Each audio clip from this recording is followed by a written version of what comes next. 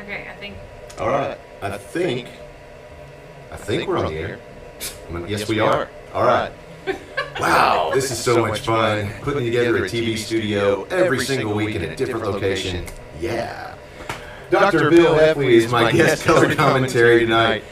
Dr. Hefley, thanks so much. We had a great time last year and love to have you back this year. Had a blast. Glad to be here. So I know you had lots of great information, head-to-head stats and pairings and whatnot. Lead us off for tonight. I know we've got about 4 minutes before the game tonight, so go ahead and tell us what you got. A lot of interesting matchups. First of all, coaching matchups.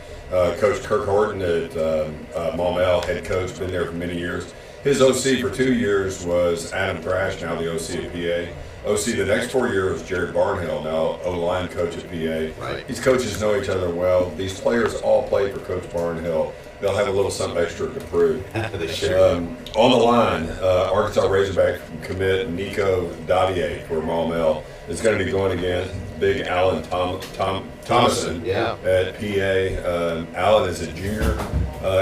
Look for Alan to dominate Nico tonight. If so, that will put him square in the middle of the radar of all the Power 5 schools around the country. This could be a signature film.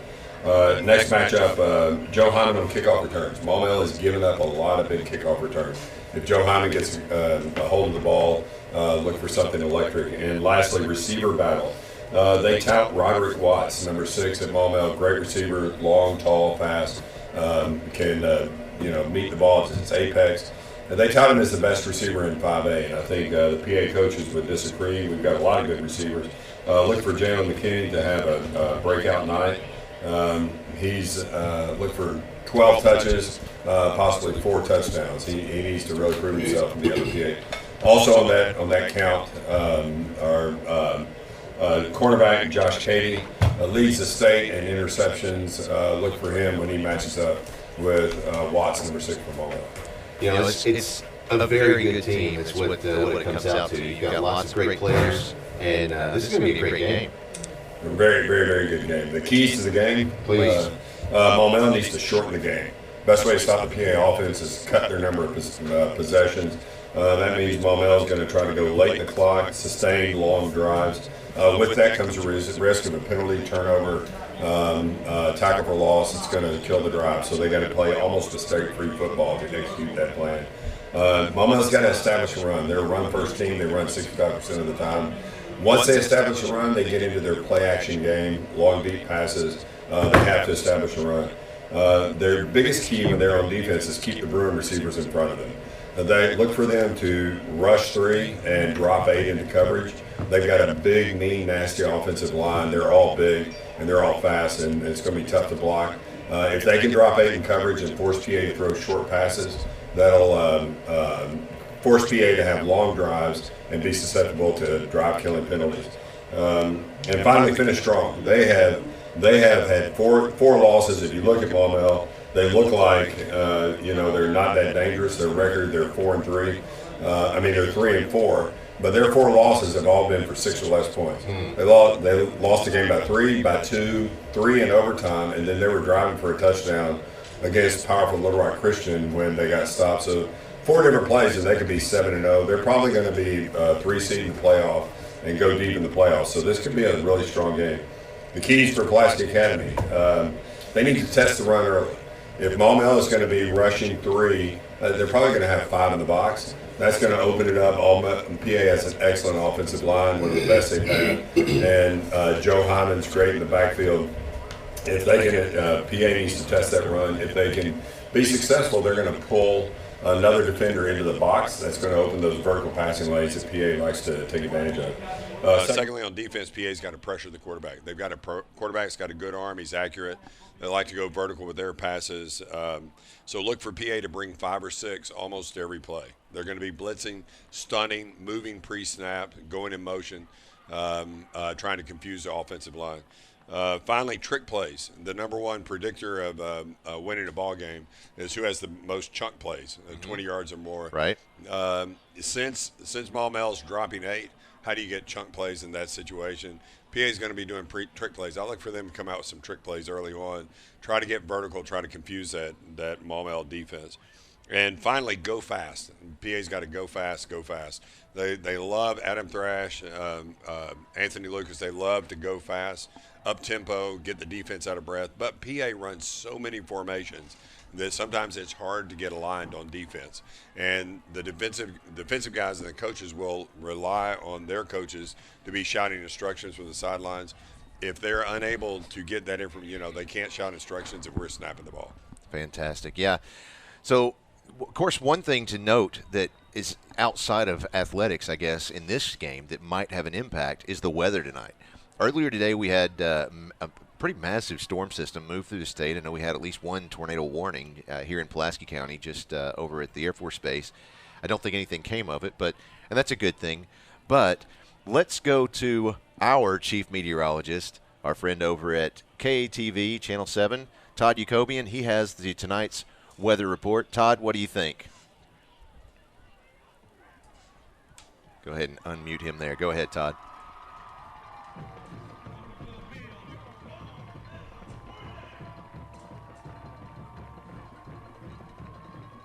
Okay. Let's go ahead and mute that. See if we can get him on here in just a second. So the team captains.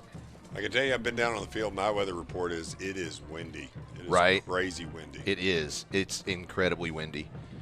Wind is out of the northwest at 13 miles per hour. 13 miles per hour right now. It's pretty heavy. So looking to see them. That's going to really affect a lot of the kicking game and passing game both. Right now, the wind is blowing as you're looking on your screen. The wind is blowing from our left to right.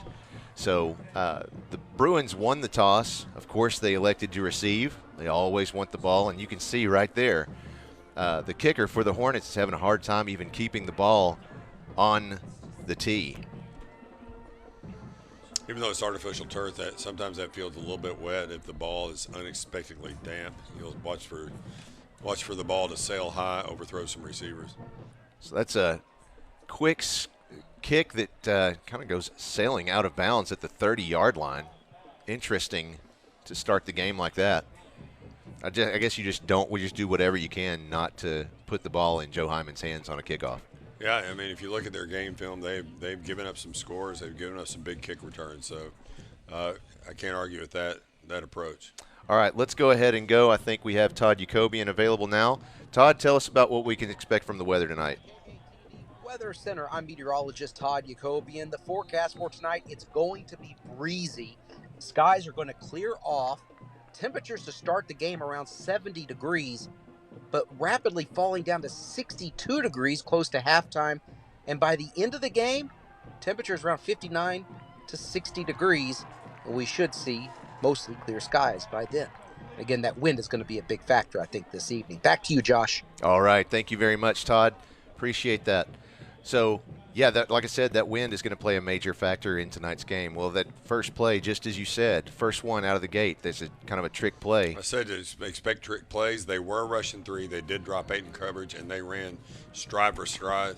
That play is Utah. They just ran right there. That's an old Urban Meyer play. He ran it when he was a coach at Utah, and then at Florida. He had a shovel pass option downfield to his left and a pitch option to the right. He took the pitch option, and Maumelle sniffed it out, tackle for loss. Well, that was another one just now for not very many. I think it might have picked up 1 yard gain by Kenny Jordan. This time there's the snap. Handoff goes to I'm shy to say that's Jalen McKinney. It is Jalen McKinney, okay. Yeah, thank you. He's across the 40, still on his feet. Finally gets caught by a defender inside the Caldwell Toyota red zone. That's good enough for a Holloman and Associates first down. Okay, that big D line for Maumelle, they're rushing 3. Jalen McKinney went on a jet sweep. Great move, great lateral movement. We said pregame, look for a big night from Jalen. I think he's got something to prove. So the Bruins now at the 35-yard line. Here's their first down. They have 2 receivers stacked, pulled in tight on either side. There's the snap. Quick pitch to Hyman on his left side. He's across the 20, the 15, and he is forced out of bounds pretty quickly by Caleb Epperson. You see they're down in the red zone here, and that Maumelle changed up their defense a little bit. They had 5 up on the line. They walked up their linebackers, so they're little more pressure inside, tighter coverage. They're going man in the back. It was a 2-yard. No, excuse me. Yeah, it was a 2-yard gain on the play. Here's 2nd and 8. Pfizer looking to pass. He's going to keep this one. Lots of pressure. He slides, and boy, that was really close to a late hit. Pfizer scrambling, getting what he could get there. There's not a lot available. This Maumelle team, they're tough. They're big and they're physical, and they're fast on the back end. Their coverage guys are fast. So here's 3rd down. They still have 8 to go up there. It looks more like 7 from here. This time he has 2 receivers on the left side, 3 spread out wide on the right. Pfizer in the gun. There's the snap. Rolls out to the right side. Quickly looking to pass. Passes out there, and I think I'm not sure if he was intending to throw that over to Charlie Barker or not. He did not. He was throwing that away. He got outside the pocket. They rushed 4 that time. They had 2 high safeties. Just not a lot available.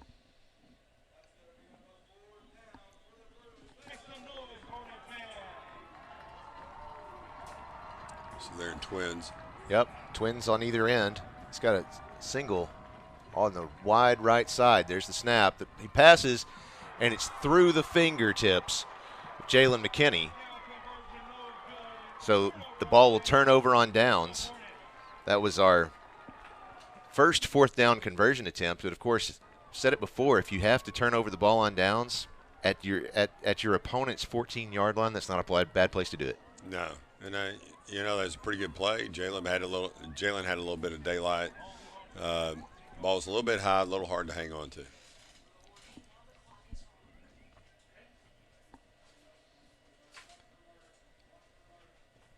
There's the snap to the quarterback. That's Weston Pierce. He hands that over to Jason Crawford. He makes his way forward. I think he picked up a yard. Let's see. Nope. They said no. Well, may have been a half yard, it looks like, by the way that they moved the markers. Of course, PA had 4 down linemen. They were blitzing. They were running a stunt. You saw the guard pull there. Maumelle loves to do that. They often pull a guard and a tackle. They've got that Razorback commit, Andrew Chambly, and he's quick on his feet, and the guard beside him is fast as well. Okay. Kelby Forte, number 65, is a guard that pulls with Chambly. Also, they have a sniffer back a lot of times that'll run up the hole. Okay, 8 minutes, 48 seconds. We realize that there's a camera problem. We're going to work on the camera.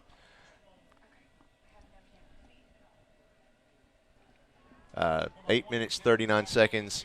We're going to work on that. Oh, the camera's back. Okay. Clock is good.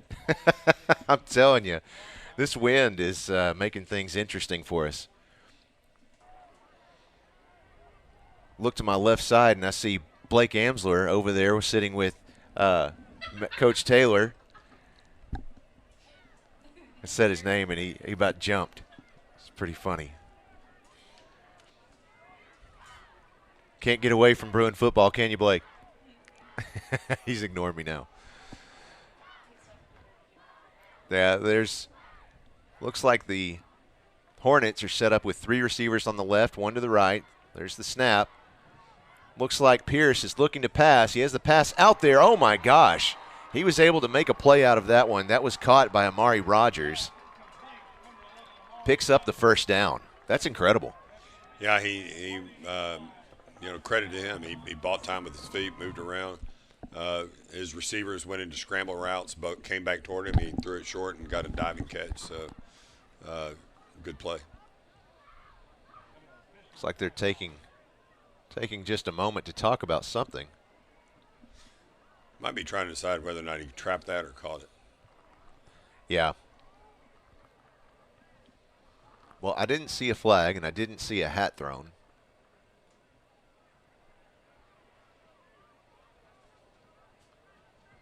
But the only official that was there, maybe I'm wrong, but I thought I saw him signal a catch. There may be disagreement with another official. Sure.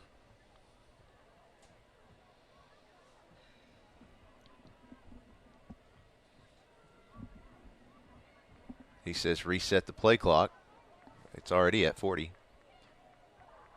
You know, Maumelle normally has hand signals, and of course, Coach Barnhill. 35.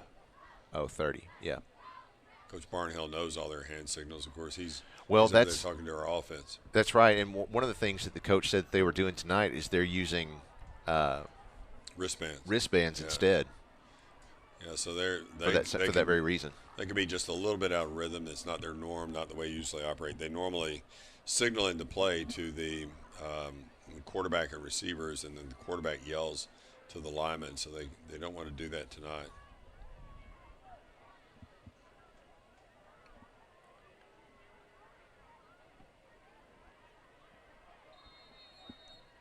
All right. So now he's signaling finally to start the clock. There we go.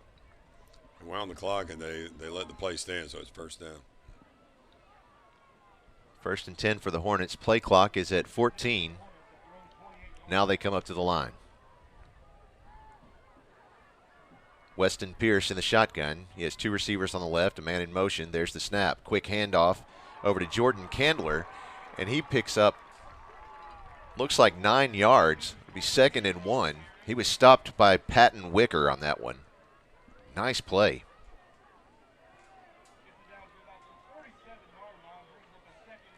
Hard-hitting play right up the middle. Yeah, I don't know if you can tell much, but every once in a while out there on the field you can see debris or those who have been in aviation, FOD, out there on the field. And that really will tell you how hard that wind is blowing right now. 2 receivers on the right, 1 to the left, 2 men in the backfield. There's the snap. Steps back to pass, lots of pressure. And as he goes down, he's going to throw that ball out there. No one in range, but he was out of the pocket. So PA stunted. You saw him shifting before the snap. They stunted. They brought 5 guys and were able to confuse offensive line, and one man came untouched. Got straight to the quarterback. I didn't catch who that was. Did you? I couldn't tell. It was either Joseph Osment or Josh Holloman with that stop. I think it was JoJo is looking out there. Is Josh out there right now? He was. He just ran off. So that was probably Josh Holloman with that stop. That's what they try to do. They do those vertical routes, and they cross the receivers, switch the receivers. They're 1st and 15. So penalties, sacks, tackles for loss. It's all drive killers. They're coming out the same formation under center. There's the snap. Rolls out. Pat gives a quick handoff to Jesse Knight. Makes his way to the left side of the field. He is forced out of bounds at about the 46-yard line. He's stopped by number 21. That's Romello Bell. Just a big power play to the left. Power sweep. Had the 2 big backs coming up the hole. Running behind the Razorback commit Andrew Chambly.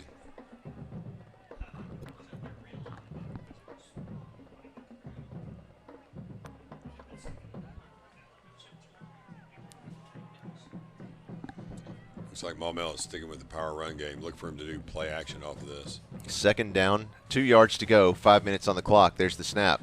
Another quick handoff to Jesse Knight. Runs to the left side of the field, picks up the 1st down, and is finally stopped at about the Bruins' 41-yard line.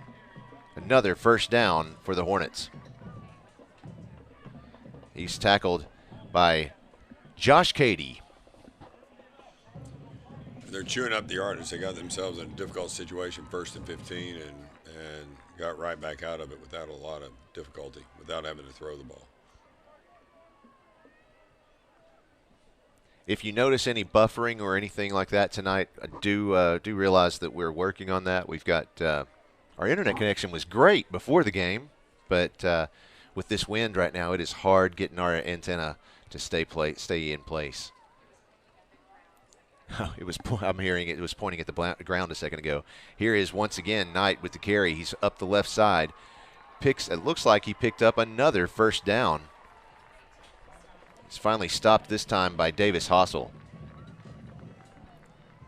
PA loaded up the box that time. They brought everybody in the middle, and that play was designed to go up the middle, and then he bounced it outside, and nobody was there. First down, 10 yards to go. 4 minutes, 13 seconds left in the first quarter. Still scoreless here in Maumelle. One of the folks on the live fan feedback asked just a moment ago, do we know what the all-time record is between Maumelle and PA? I don't have that one. Did you find that one? Yeah, I think I did see that. It's on Fearless Friday. We'll look at that. Look it up a little bit. As I recall, it's all PA. I don't think Maumelle's ever won. Well, this time, Knight's going nowhere. Get a little help back up.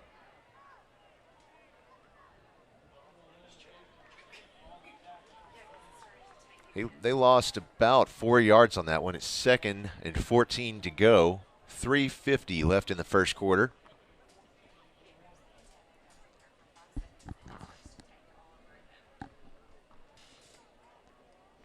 I'm trying to look up this matchup with PA.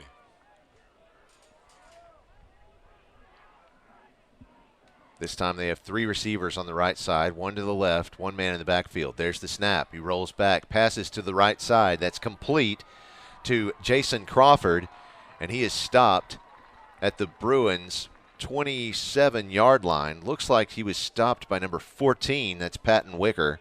Doing a great job on defense already tonight. Just a little bubble pass to the right. They like to run the bubble hitches slants.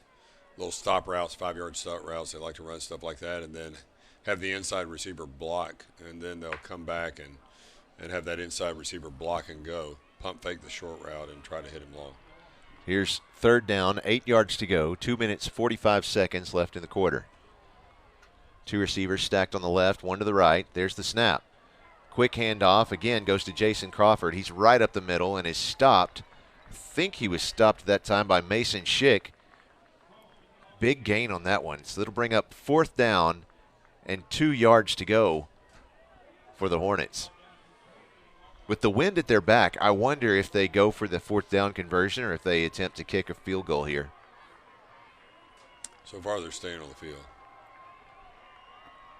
Looks like that's the case.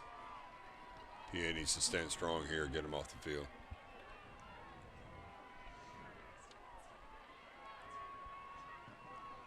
Look for them to pull a guard and tackle.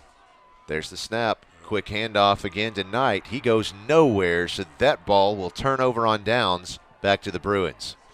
That was Joseph Osment with the stop. You see how quick their left guard is? I think it was Kelby. Forte stands next to Andrew Chambly. And he pulled to lead up the hole, and then they had a back through the hole. They love to send 2 guys through the hole. First guy kicks out, second guy runs up through the hole. But we sniffed that thing out and stopped it before it got to the hole. Well, so here's the Bruins back on the offense. Pfizer in the shotgun. He has 2 receivers on either end of the field. Looks like Hyman's set to take that directly. He did. He runs to the left side. He's across the 35, makes his way to the 39-yard line before being stopped, and he is not getting up. Hyman is down. That was PA's Raptor play. They pulled a guard and tackle. It came around. He's not in a good way right now. He's moving. Todd Ross is with him on the field. Okay, let's take a short break while they look at him. We will find out what's going on as best we can. I know that we have our sideline reporter, Berkeley Courtney Moore, is out there tonight, so as soon as we can, we'll let you know how he's going. Let's take a short break. We'll be right back with more Bruin football. Senior Zach Biagioni is our Bowen Hefley Orthopedic Student Athlete of the Week. As a student athlete, Zach has been a dedicated member of the football and wrestling teams since junior high. In addition to his demanding athletic schedule, Zach maintains a rigorous course load. He is currently enrolled in honors senior thesis working on his project on the history and impact of the Mafia in New York City. Zach is a hardworking and respectful young man. Please join us in congratulating Zach Biagioni, the Bowen Hefley Orthopedic Student Athlete of the Week. This Friday Night Spotlight is brought to you by Caldwell Toyota. Pulaski Academy would like you to join us in recognizing our core value Student of the Week, Olivia Phelan. Olivia is a respectful and responsible young lady who demonstrates empathy and compassion daily. She is observant and sensitive to all those around her. She is the first to congratulate their success or offer a hug in comfort. Olivia is a genuine and kind heart to everyone. Congratulations to our Core Values Student of the Week, Olivia Phelan. Our Core Values Student of the Week is brought to you by Caldwell Toyota. Just another way Caldwell cares.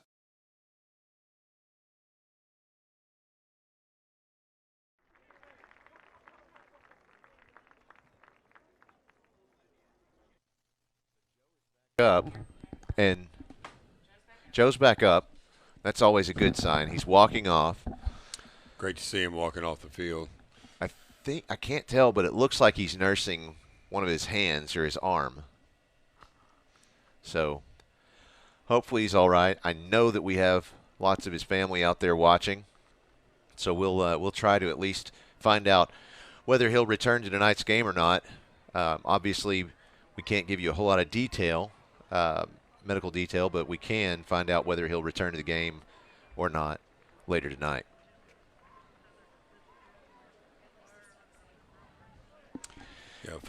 Falling the point of the shoulder often takes people out of the game.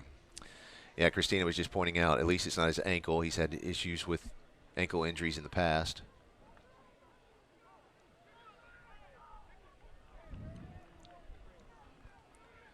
Picked up the Holloman and Associates first down for the Bruins on that one. So PA is handling this, going empty backfield with no tailback. 5 receivers. It's got 3 receivers on the left, 2 on the right. Pfizer's in the shotgun. From their own 39-yard line, here's 1st and 10. Defensive line is shuffling. There's the snap. Quick handoff goes to Jalen McKinney. He's up the right side and is forced out of bounds. They're going to say he was stopped before going out of bounds. I guess that's why he said keep running the clock. But so the third play of the game was a big jet sweep to Jalen McKinney on the left. Very successful play, about 40 yards, and did it the other way. Not quite so good. 2 receivers stacked on both sides now. Man in motion.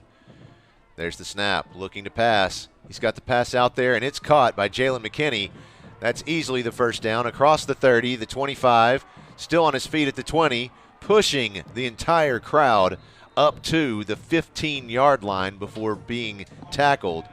Big Holloman Associates first down for Jalen McKinney, placing the Bruins inside the Caldwell Toyota red zone. Boy, Jalen is electric when he gets the ball in his hands. I mean, he was in a crowd just picking left, right. Got a lot of yards after the catch there. There's the snap. Again, McKinney with the carry. He's across the 10 and is stopped. Looking to see who that was that wrapped him up. They had a good wrap on him. I think that's number 14. That would be Maurice Mosby. A lot of these little counter plays, reverse plays, jet sweeps to Jalen McKinney are not handoffs. They're actually shovel passes. So he is racking up the reception yards and yards after catch. Under a minute left in the first quarter. 2nd and 1 for the Bruins from the 7-yard line. Pfizer rolling out, passes out there. It's complete. Let's see. No, didn't quite make it. That was caught by Kenny Jordan. Makes it up to inside the 1-yard line. Great pass by Pfizer, rolling to his left. Was patient, let the receiver break open. Looks like the clock on our screen is confused by the scoreboard clock right now, counting down in tenths of a second. Now it's at 0, and that is the end of the first quarter. Still scoreless here at Maumelle High School.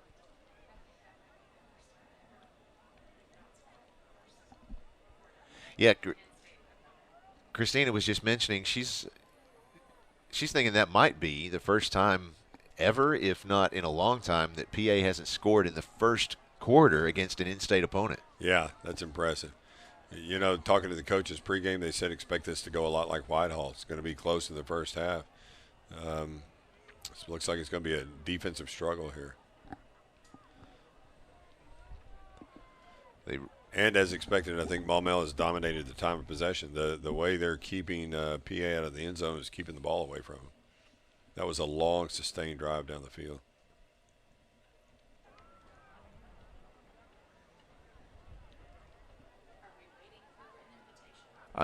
I'm not sure. I think there was some confusion on the time. Yeah. It's supposed to be 15 minutes. 26. So sometimes PA will go with a jumbo package at this point. 2.6 seconds, I see. Looks like they're going to go with Charlie Pfizer still at quarterback. 2.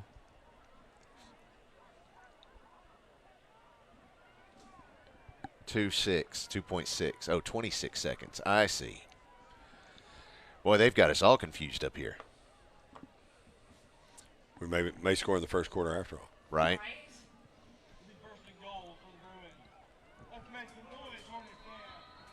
All right. Now he has twins stacked on either side. Look for a little hitch pass here. Nope. Kenny Jordan back there. There's a shovel pass to Jalen. He's going to score. He's going to bring it in. Kenny Jordan for the Bruin touchdown. What a play.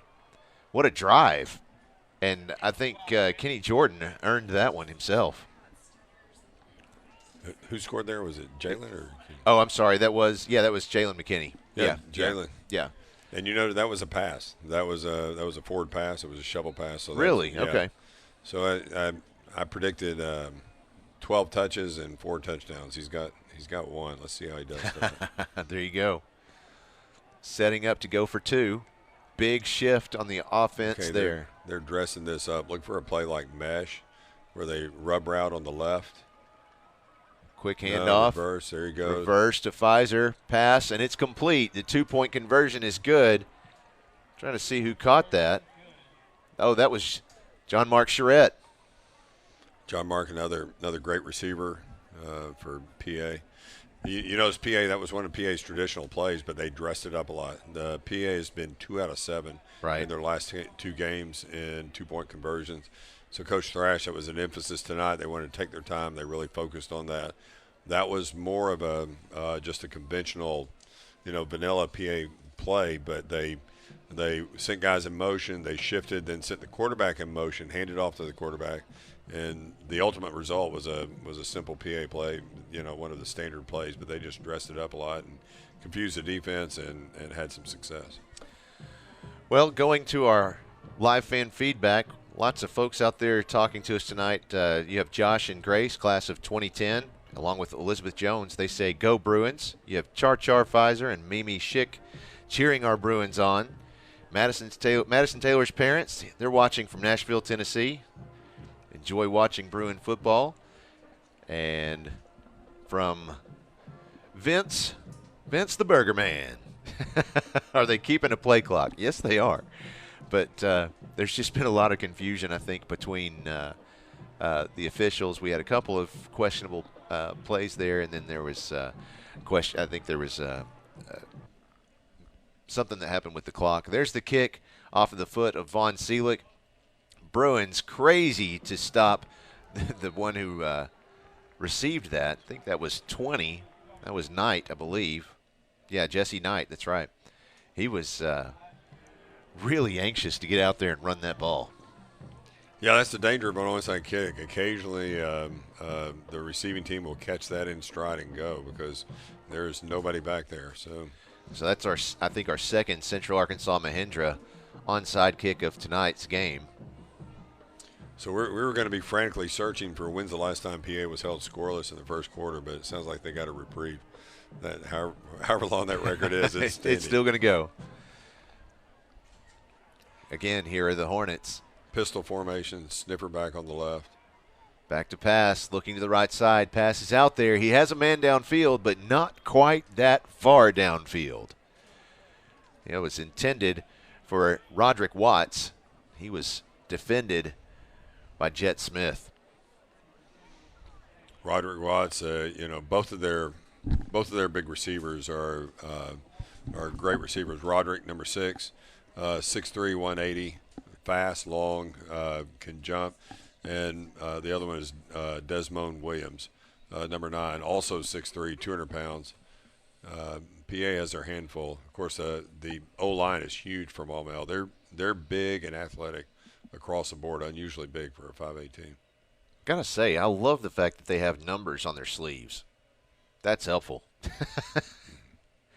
Weston Pierce, quick handoff, goes to Jordan Candler.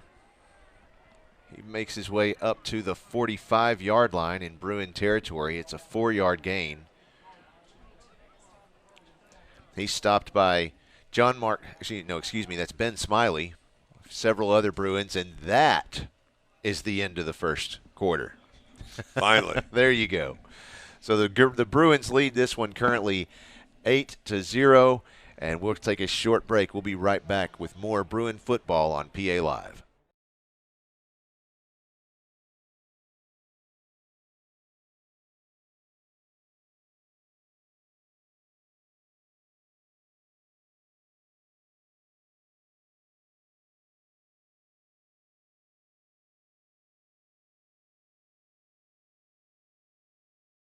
Senior Zach Biagioni is our Bowen Hefley Orthopedic Student Athlete of the Week. As a student athlete, Zach has been a dedicated member of the football and wrestling teams since junior high. In addition to his demanding athletic schedule, Zach maintains a rigorous course load. He is currently enrolled in honors senior thesis working on his project on the history and impact of the Mafia in New York City. Zach is a hardworking and respectful young man. Please join us in congratulating Zach Biagioni, the Bowen Hefley Orthopedic Student Athlete of the Week.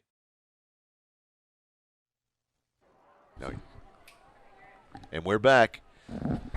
Bruins facing a Hornet defense that is on the march. 3rd down, 7 yards to go on the Bruins' 46-yard line.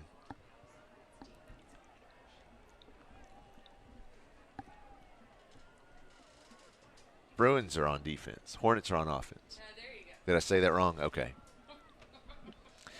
Well.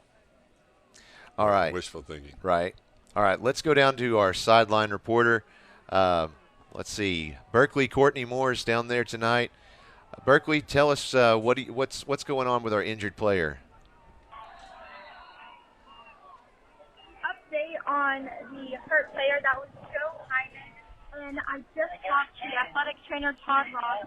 He tells me that you will probably not see him back in the game tonight. Okay. We'll keep you updated if that changes. Guys, back to you. All right, thank you, Berkeley. That's unfortunate. It looks like Joe is out for the night. That's going to hurt the Bruins. Joe's such a dynamic player, committed to Northwestern. A great, great kid. You sure hope he's okay and not a bad injury.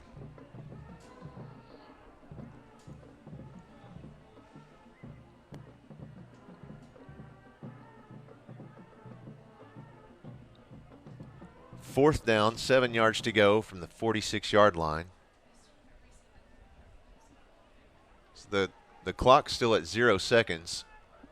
I'm not sure what's going on here. Maybe they decided to keep the clock on the field.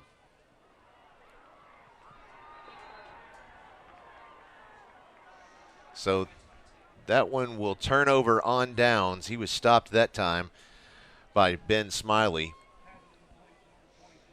Yeah, the ball was a little behind him. He had to turn around to get that. I think if it had been right on him, he could have made a move, but got nothing there. All right, it's an important stop there for PA. They got a score, did not get the onside kick, but got a 3 and out. One of the keys to get Maumelle, you see Maumelle really likes to run the ball. PA gets a couple of scores ahead. Maumelle has to get out of that game plan of running the ball and running the clock. I know that the clock on your screen might say 0 seconds. That's because the clock in the scoreboard says 0 seconds. I'm not sure why. We're sitting next to the scoreboard operator, so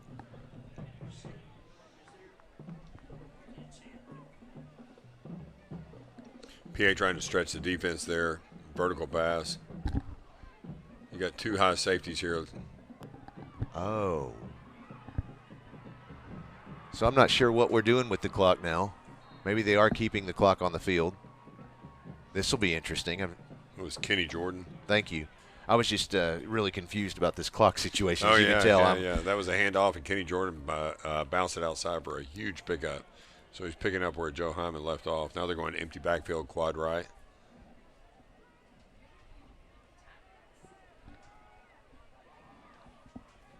There's the pass. It's out there. I don't know if they're going to say he caught that. Yes, they do. They say he caught it. Wow, beautiful play by Charlie Pfizer. That was John Mark Charette who caught it. Wow. And John Mark got right in the corner, kept both feet in.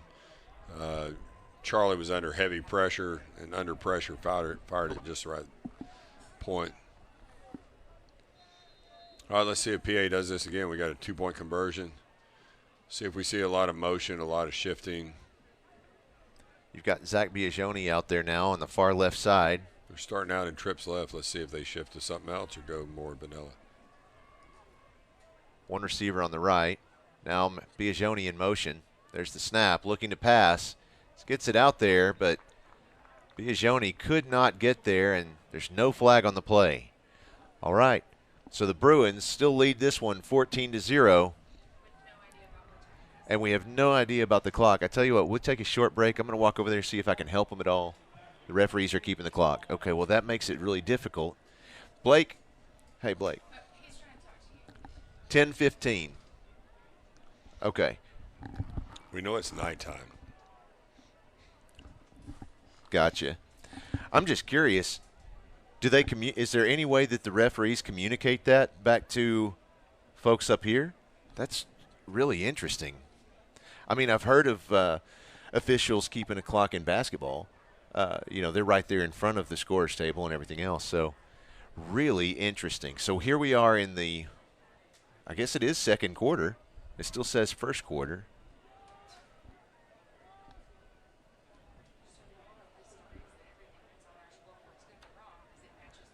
Right. So, yeah, so that's a good point. Thank you, Christina. So the moral of this story is everything you see on the scoreboard is going to be wrong because it's a direct reflection of whatever we see out there. I guess for once it's not our fault. There's the kick from Von Seelig again. This one's quickly caught by Knight. He makes his way across the 45, still on his feet at the 40, the 35, jukes and jiving his way into the 25-yard line before being stopped at the 22-yard line in Bruin territory. Wow. He's finally brought down by Patton Wicker. As we said on that last onside kick, occasionally those get returned. But I still think worth the gamble. PA has the statistics to prove it. PA statistically, if we get one onside kick in a game, we have a 96% chance of winning. That's over 150 games we've kept records on that. Right. If we get two, there's a 98% chance of winning the game. It's interesting that one is worth 96% and then two is only 2% more. Yeah, for a long time, two was 100%, but I think they've had a couple they lost with two.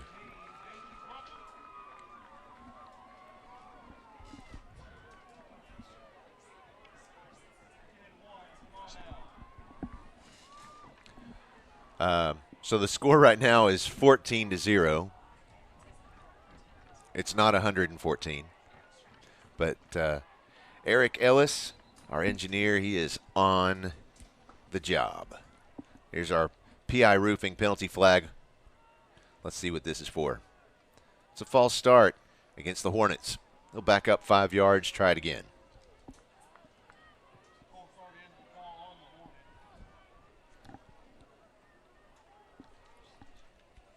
Christina's over here making sure I've got all my sponsors lined up. Oh, yeah, we're good.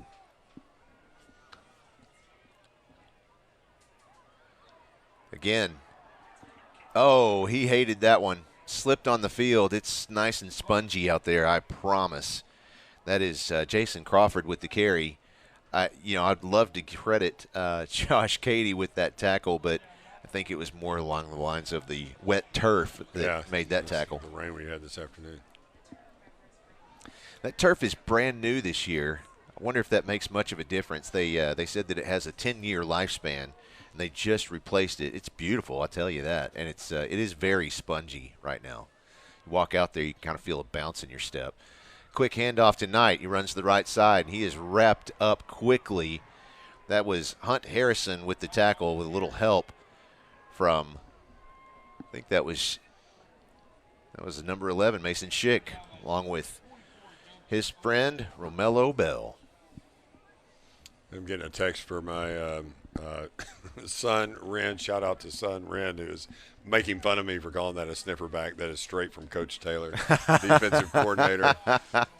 And they put that slot back in there. They're going in pistol a lot. They've got a slot back on the right. The guy was in pistol. Now he's moving around beside the quarterback. But they're sending him up the hole. Passes out there. It's deep, and pick. it looks like another interception. That is Josh Cady's 5th interception, placing him in sole possession of leading the state in interceptions. Yeah, we were looking for that matchup between Josh Cady and Roderick Watt. And I think Josh Cady got the best of that one. Good job there. He was waiting on that pass.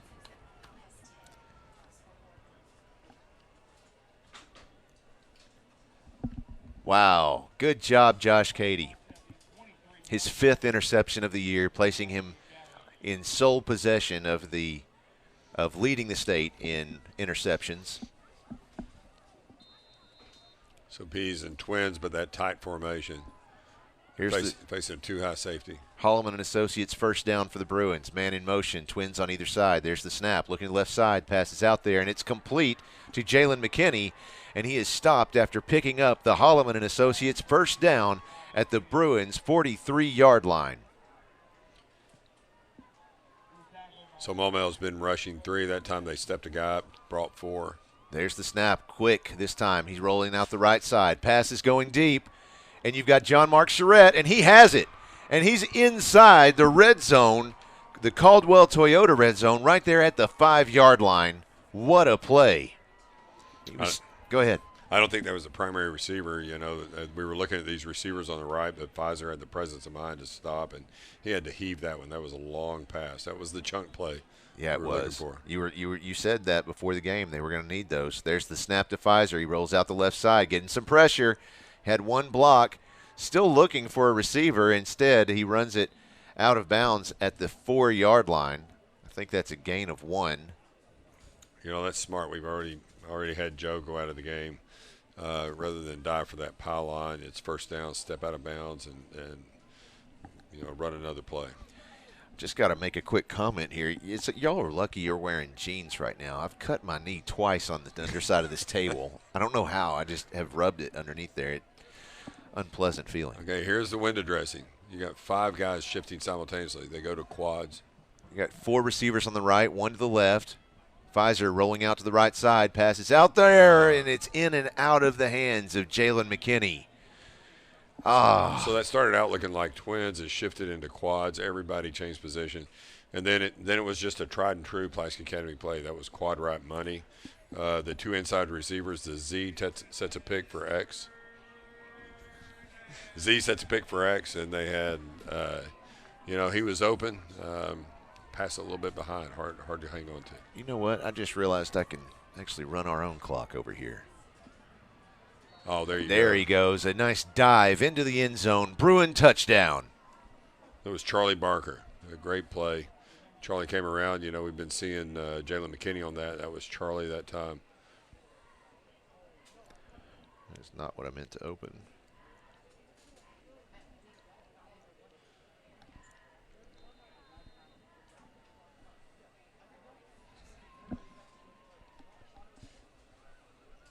We'll work on that. Looks like they're a man. We got Twins, but they're tight. Nice. Beautiful passes play. Out there. That's complete to Jalen McKinney for the 2-point conversion. Nicely done. Now the Bruins extend their lead 22-0. So they bring the receivers in tight and have them all go toward the corner, and then of the field you just high-low the cornerback. Quarterback makes an easy read. The underneath receiver is open, and he has a safety valve of the tailback off to the left on a bubble route. So that's a well-designed play by Coach Thrash. It was successful. somewhere in the second quarter. I wish I could tell you. If you're noticing that there's no clock, well, there's no clock here either. So we were 2 out of 7 on 2-point conversions for the last -1. That's okay. I tell you what, I'm 2 out of 3 here. So yeah, picking it up. I'm gonna take the headset off for just a moment, and I think we have time. I think for a short break. You have one set up. I'm not sure. No, it looks like they're coming out now. So, Bill, I'm gonna hand it off to you real quick, and I'm gonna go help him with this scoreboard. I'll be right back. All right. Sure. That means I get the binoculars. I can finally see. I'm used to being at PA where you know, you're 20 feet from the field. I feel like I'm in a satellite. Maumelle is such a great stadium. Got a big, nice press box here up here, 2 level.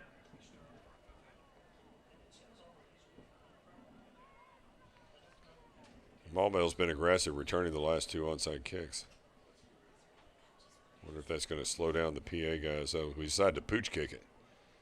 Maybe stop that. Oh, we almost got it. Almost got it, too. That's great. Yeah, so they were last 2 plays they have tried to return our onside kick, and we pooched it over their head. So, and still almost got it. So we, you know, typical PA move, take advantage of their aggression, use it against them. All right, let's see if the Maumelle game plan changes any. They've been pretty patient. They're down 3 scores now. We're somewhere well into the second quarter. The scoreboard's not working. We don't know exactly where.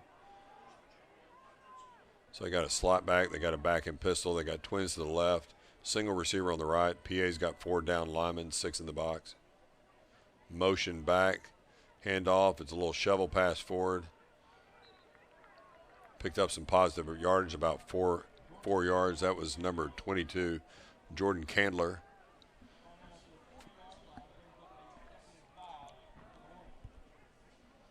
Yeah, number 2, Bo Miller on the tackle.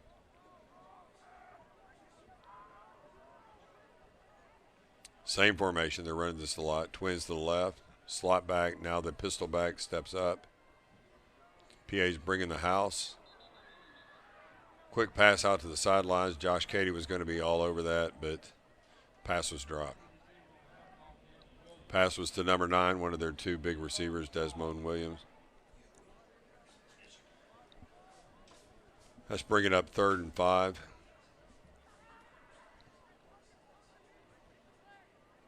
Maumelle is on their own 40. I doubt they would go for it on this situation. PA brought the house last time. Let's see what they do here.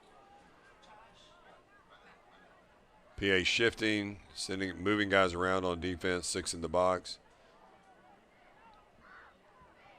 Oh, there, he got through.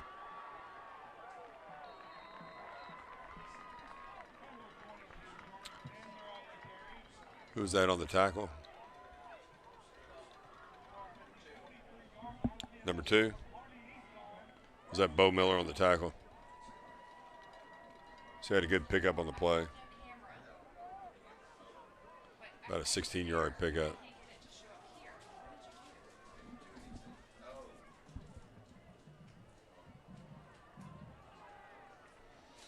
Defense swarming on that one.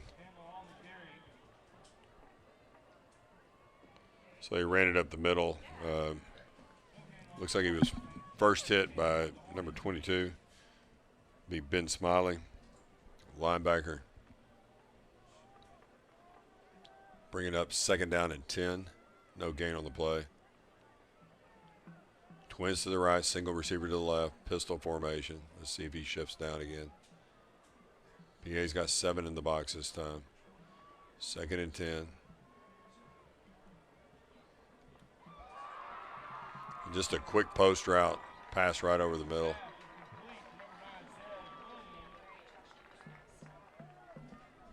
I think there's a pass to Desmond Williams, number 9.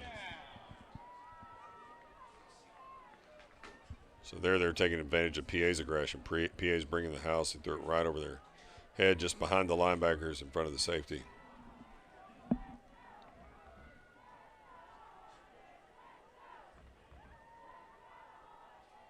First and 10, no safety. Just a straight handoff run up the middle, unsuccessful. Swarm of Bruins on the tackle.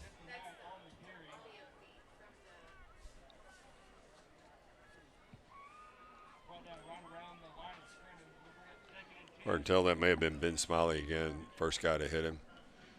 And number 13, Reed Terry.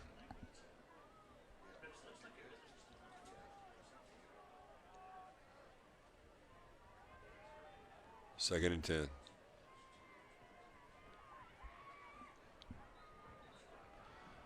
Again, PA tough up the middle. Tough up the middle. Run straight up the middle, same formation. PA number 4, Charlie Barker. I don't think that's right. Charlie Barker wouldn't be out there. Is that number 14?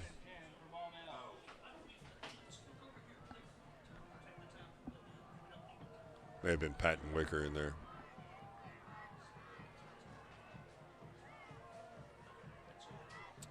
Third and 10. PA's dropping back a couple of safeties this time. Still bringing 5, pressuring the quarterback. Good pass. Good pass. Threw it out to the side. That was number 6, Roderick Watt, their big receiver. Pick up at 11, first down. Yeah, I was thinking that too. Christina was just pointing out. Yeah, I would tell her just to come on this way because who knows when timeout is, or excuse me, when halftime is. Oh, this is fun. I don't think I've ever seen a football game without a clock. This is really throwing me off. All right. There's the snap. Quick handoff. Little play action there. Instead, they went the opposite direction.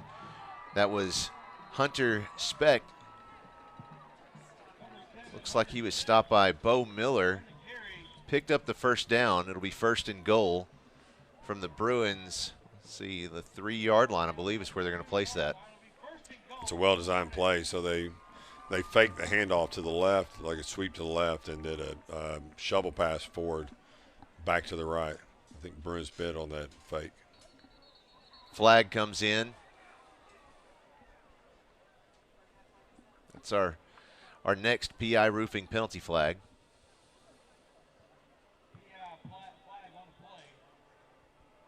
It's going to be offsides against the Bruins. They're going to move half the distance to the goal, which will be about 1 yard. Try the first down again.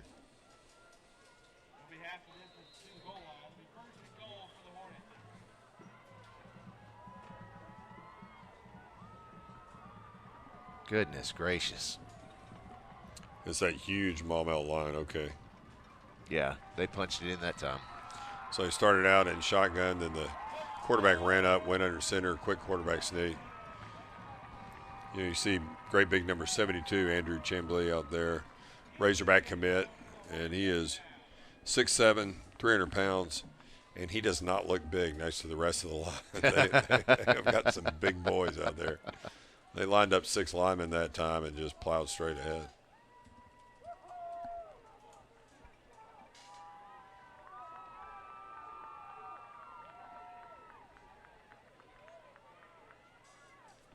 Madison Taylor's parents, they commented, I love to see PA sportsmanship on the field. That is because of good coaching. You're absolutely right.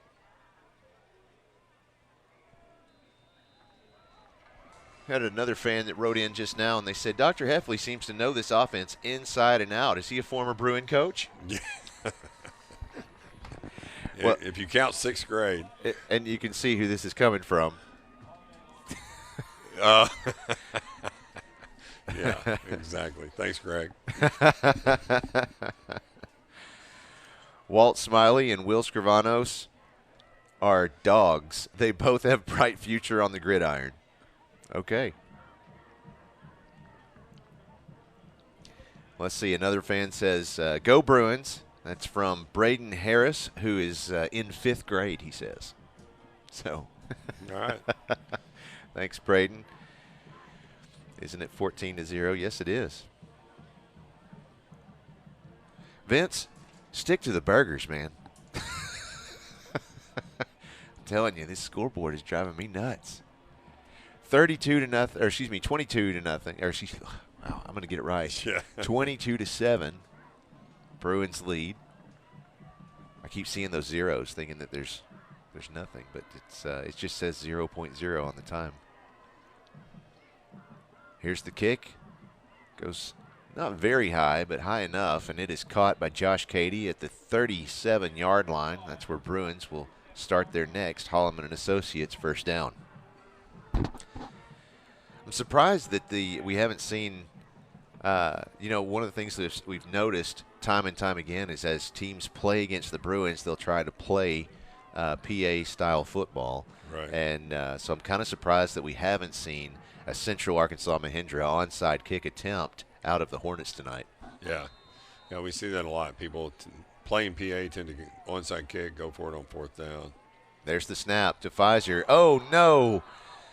I'm not sure he realized that the ball was coming to him. That was quick pitch over to Kenny Jordan, but instead of catching that, it kind of bounced off his shoulder. He realized it at the last second and jumped on it, thankfully. I think there was some confusion. He wasn't looking for the ball. Definitely. So Biagioni comes in his place. He has 2 receivers on the right, 3 to the left, looking to the left side. Pass goes out there, and it's caught. He is stopped at the 49-yard line inside. That was Kenny Jordan again. Was it? All right, so good job. They had 2 high safety. They were rushing 3, and they were playing off. Charlie Pfizer made a good read. They were playing quarters, 4 deep coverage, and that may have been a read route. The receiver just stopped, turned around, and picked up a nice gain. This time he has 3 on the left, 1 on the right, 1 man in the backfield. Quick pass out there, and is not received. I'm not even sure who that was intended for. I think it might have been Charlie Barker. Is that number 66, or is that? No, it was number 4. Okay. Yeah, and that was just a little tunnel screen, a gator to the left. Good play design. That's those are fun. Those are short passes. Sometimes go for a really big gain. We are somewhere in the second quarter of tonight's game. Pfizer getting lots of pressure. He's going to have to get rid of that one quick. He saw Jalen McKinney out there and just pelted him in the foot with it. He was covered up well. Yeah, it's Charlie's athleticism coming through again. Charlie's a very good quarterback. That Maumelle line, aside from being big, they are fast. And they got right through, and they were right on his heels, and he took it to the sideline and got rid of it to avoid the tackle for a sack. Here's third down, 10 yards to go for the Bruins. 3 receivers on the right, 2 to the left. Pfizer in the shotgun. There's the snap. He looks to the left side, looks back to the right. The pass is out there on the right. And, oh, my goodness, he caught that. That was Charlie Barker with that catch at the – let's see where he's going to place it. It looks like the 6-yard line. Wow. He carried Roderick Watts for a ride with him. And, wow. It looked like that pass was going to be too far, but Charlie turned on the jets. Seriously, I thought he had go-go gadget arms just hanging out there for a second. I did not think he could get to that, but he tipped it to himself, pulled it in. Huge game, big chunk play. Well, that puts him inside the Caldwell Toyota red zone and another Holloman and Associates first down. PA has those play designs that even with, quads deep coverage, quarter field deep coverage, they still get those plays off. They got twins stacked on either side, pulled in tight. 1 man in the backfield. He has the snap, looking to pass. Pass is out there. Oh, my. He had to get that one off quickly. Lots of pressure brought by Maurice Mosby from the Hornets. Yeah, it was a similar play design to two-point conversion we did earlier, but defensive end stuffed that thing. The line got through that time.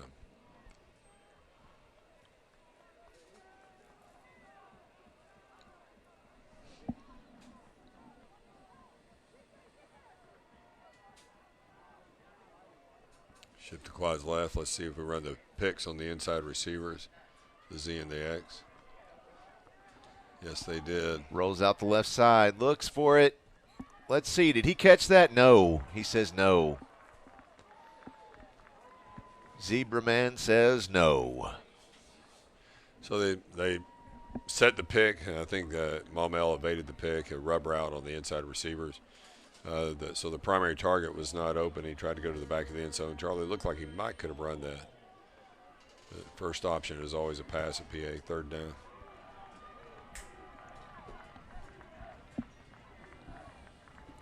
They're in tight again, empty backfield. 3 on the right, 2 on the left.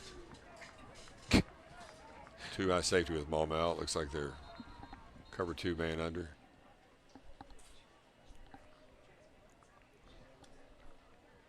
Stick around. I'm not sure when it will be. But we'll have the Ackles Carpet One halftime show coming up sometime in the next, I don't know, at least 15 minutes. Yeah. I think.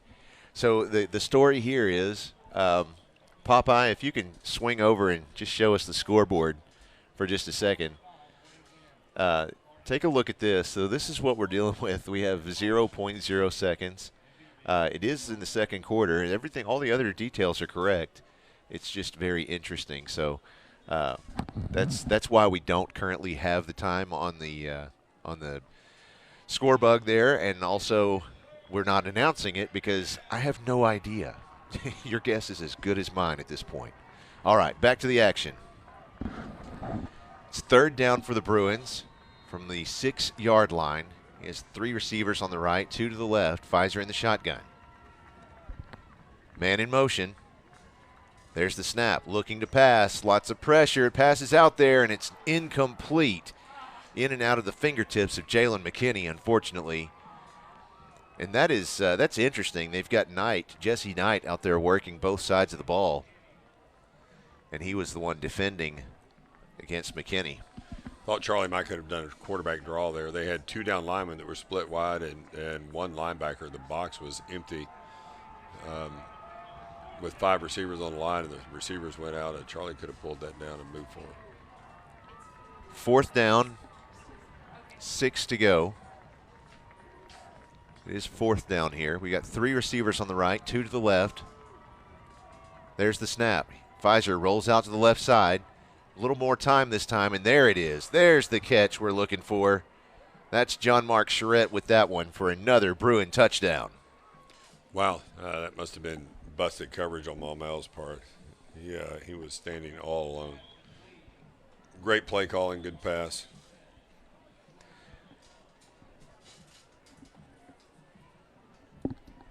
Looking forward to our next drive. This is going to be interesting to see. I'm just curious how many more drives we have in this quarter. Nobody knows. Yeah, of course, the Bruins had the ball to start, so they'll be kicking it. I don't even want to say that it's Hornets' ball. We'll just say that the Bruins will kick it to start the second half.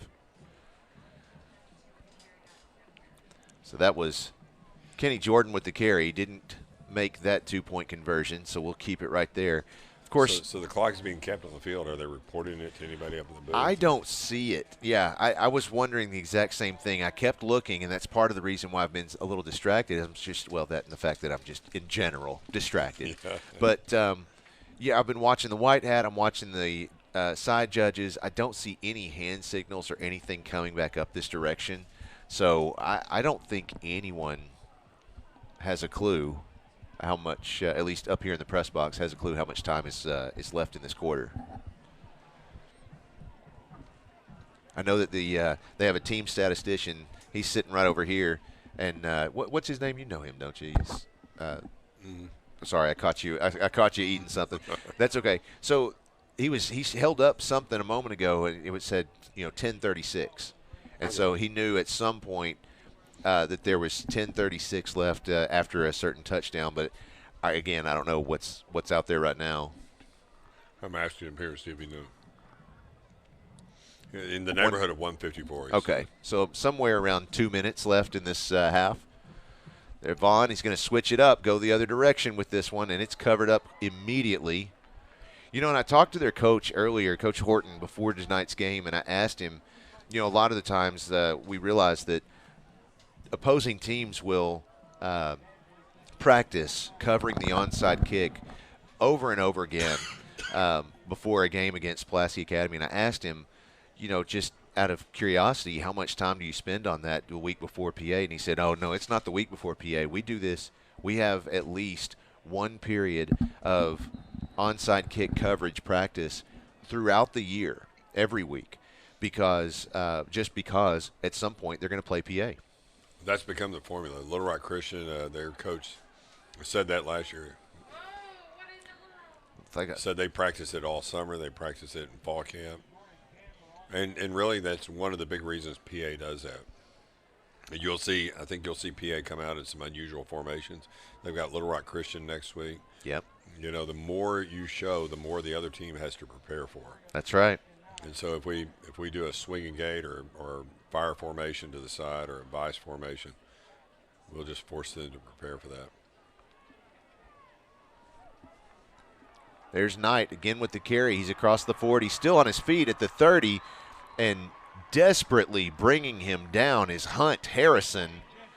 He was able to get away from several defensive members of the team, but the small male team is quick in that. Wow. But when you're preparing for an onside kick, the other thing about that is it's not like a college game where your special teams players are not part of your offense. It's your hands team. And so it's all your starting receivers, That's your right. tailback, all your hands players, so they cannot be practicing offense. That's right. There's the snap. Looks to the right side, looking for the pass. It's out there, and wow. Great play. Almost picked off. Jet Smith wanted a piece of that action. He was sitting high waiting on that. He read it all the way. He sure did. Fairly simple route. Looked like a double post route. Piece of the action. That's crossing over. I was watching Star Trek earlier today. That was the episode I was watching. A piece of the action. The original series, yeah. And you knew it would pay off tonight. Mm-hmm. That's exactly right. That's right.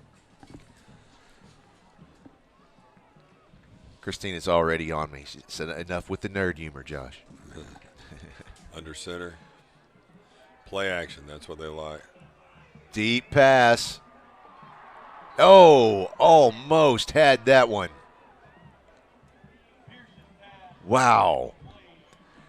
So as a double move, he looked like he was running a post, and he ran it to the outside. So had one receiver on a short corner route, and the other ran a double post corner move, and it almost worked. I think our safety bit on the post, but was able to recover. Quarterback put it on him. We've got another update from our sideline reporter, Berkeley Courtney Moore. We'll go down to her in just a second. Hornets sets up under center. Again, he has two receivers on the right. There's the handoff to Knight. And he is wrapped up before getting into the red zone. Looks like forward progress got him at about the 21-yard line. Let's go down to the sidelines.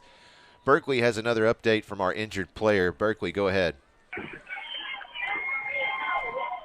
Another update on Joe. Joe is in a sling, but up and walking around. We obviously can't mention specifics on the injury, but according to Todd, TA athletic trainer, will likely not see Joe on the field again tonight.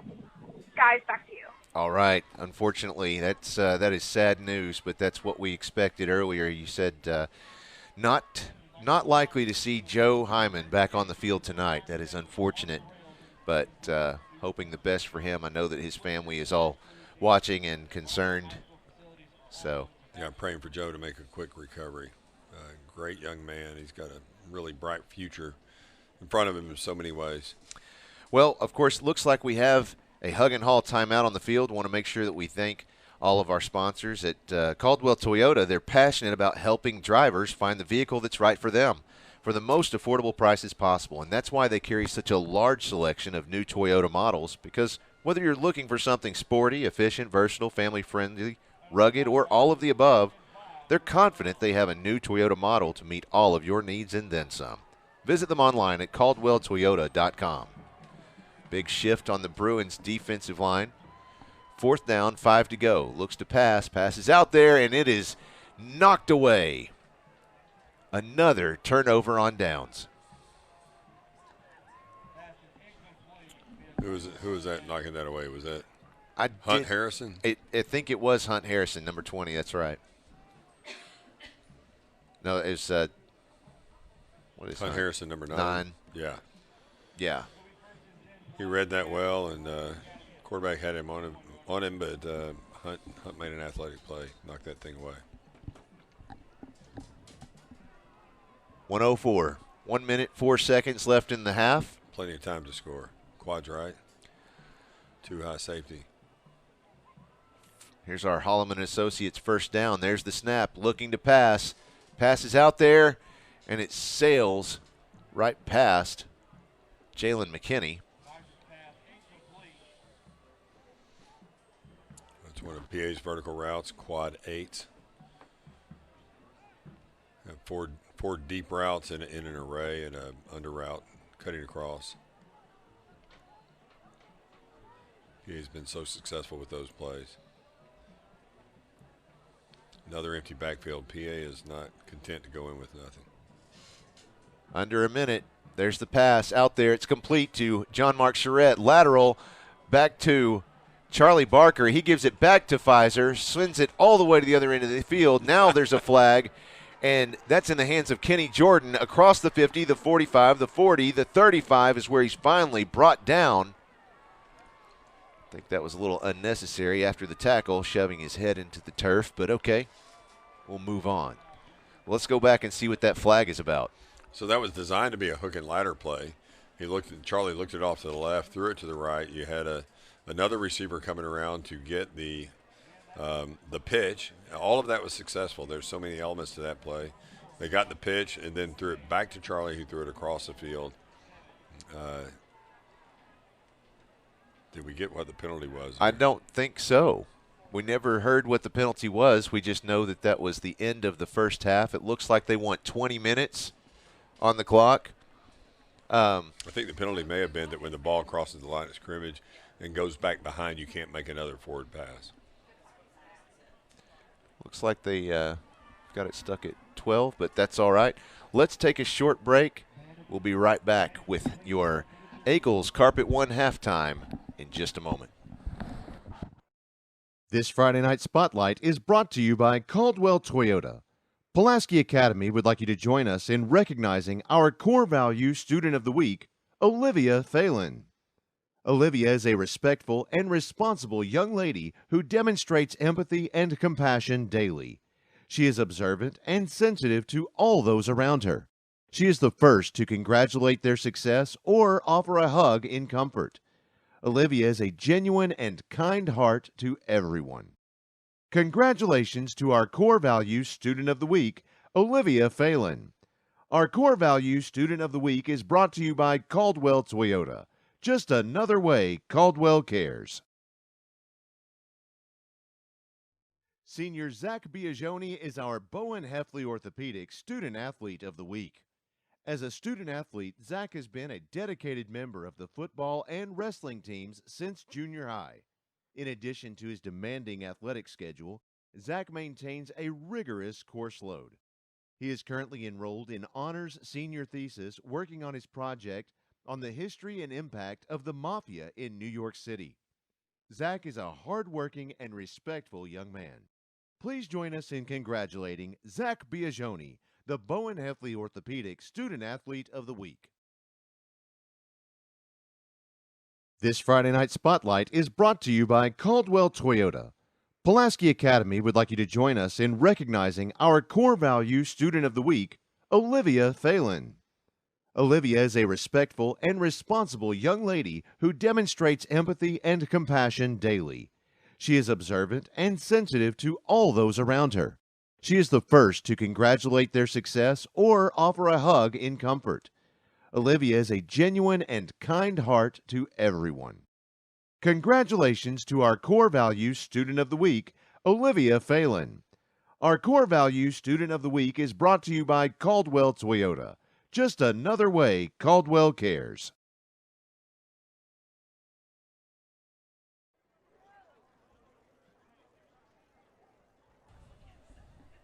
It's time for the Eagles Carpet One halftime show.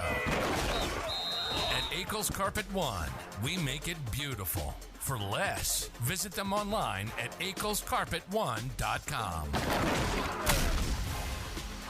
Welcome back to the Eagles Carpet One halftime show here at Maumelle High School. The Bruins of Pulaski Academy currently lead this one 28-7 and having a great game. At Akel's Carpet One, they can get it for you at wholesale. That's not just a slogan at Akel's Carpet One. It's their real money-saving story. You can get the best, lowest prices on carpets, floors, and real wood cabinets. They have nationwide buying power, low overhead, and local ownership that make all of this possible. Now, don't shop at the home centers or online when you can shop local and get the best wholesale prices. At Akel's Carpet One, we make it beautiful for less. AkelsCarpet1.com. And I'm so excited to have joining me tonight, I'm going to try to get it right, Director of Student Life, Alicia Castleberry. How are you tonight? I'm well. How are you? Well, I'm good. I'm excited to be here. I wanted to tell you a little bit about some things that we have coming up. Okay.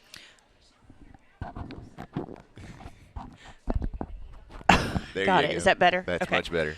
So we're starting off, we're entering into our Little Rock Christian Week, followed by Homecoming Week. But I wanted to tell you a couple of things about Homecoming Week that we have going on.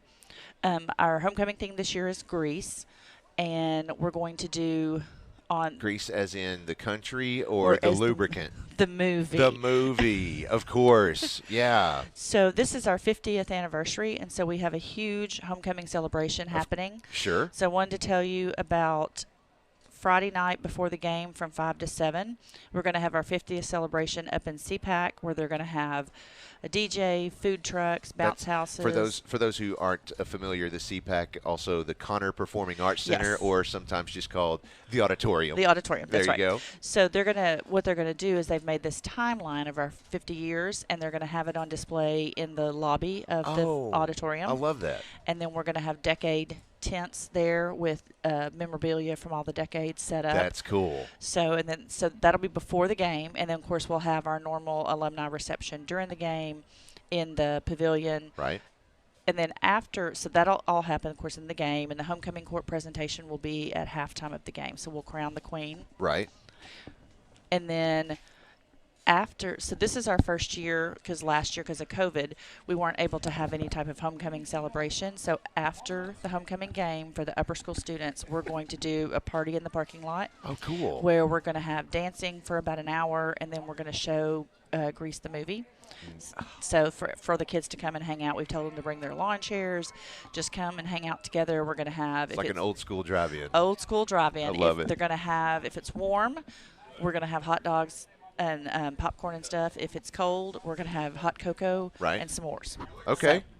But also on that Friday, we're traditionally, since it's the Friday before Halloween, we have our Halloween parade for lower school and ECS. Right. We're going to make a combination event, and we're going to do our homecoming parade with our lower school ECS Halloween parade together. Oh, okay. I was really confused on that because I didn't know what was. I had all these different stories coming at me from different angles, and I didn't understand it was all one event. Okay. It's all one event, and it's going to be outdoors, of course, weather permitting.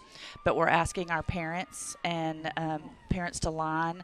We're going to have a parade trail to line the trail, and so we'll have the homecoming court coming through, and then our senior brothers, senior sisters are going to walk with their lower school ECS class in their costumes, and so all the kids will parade through the campus in their Halloween costumes. Very cool. Yes, yeah, I was actually talking to Sarah Carnahan earlier today about next week's game and some other things, and she said, well, I really hope they come down to this end of the campus because I really want to see that. So. Yes, we're going to try to get it all the way down there so that everybody can see it. And so if you're not in the parade, we're going to have you on the parade route cheering on the side. So it will be an all-school event, and we're inviting all our parents and grandparents to come watch so you can say an all-community event. I love that. That is so fun. So I'm excited. I'm really excited about homecoming this year. 50th celebration, the Grease theme. Right. The fun. It's kind of, after we had last year being, with the socially distanced with everything, this allows us, we're trying to build our community and spirit and everything back up with getting everybody together. So I think it'll be great fun. It sounds like it. So. Well, stay here. I just want to go over some other things that we've got going on around campus just in case. And I just want to make a comment first. Check out this awesome band out here. I love it when a school has a great band. Of course, ours is superb, but it's fun to see a good marching band out there. I love the flag line. Yes. The flags add so much color. Right. Well, so looking forward, we have some other events on campus, including we have a lower school virtual open house that's on Thursday, October 21st at 11 a.m. You can look online at the Pulaski Academy Facebook page for more information on that. Also, we have middle school virtual open house on November 9th at 10 a.m. and an early childhood school virtual open house. So those who aren't familiar, again, with PA or our terms, that's also known as preschool, but that's our early childhood school, or ECS.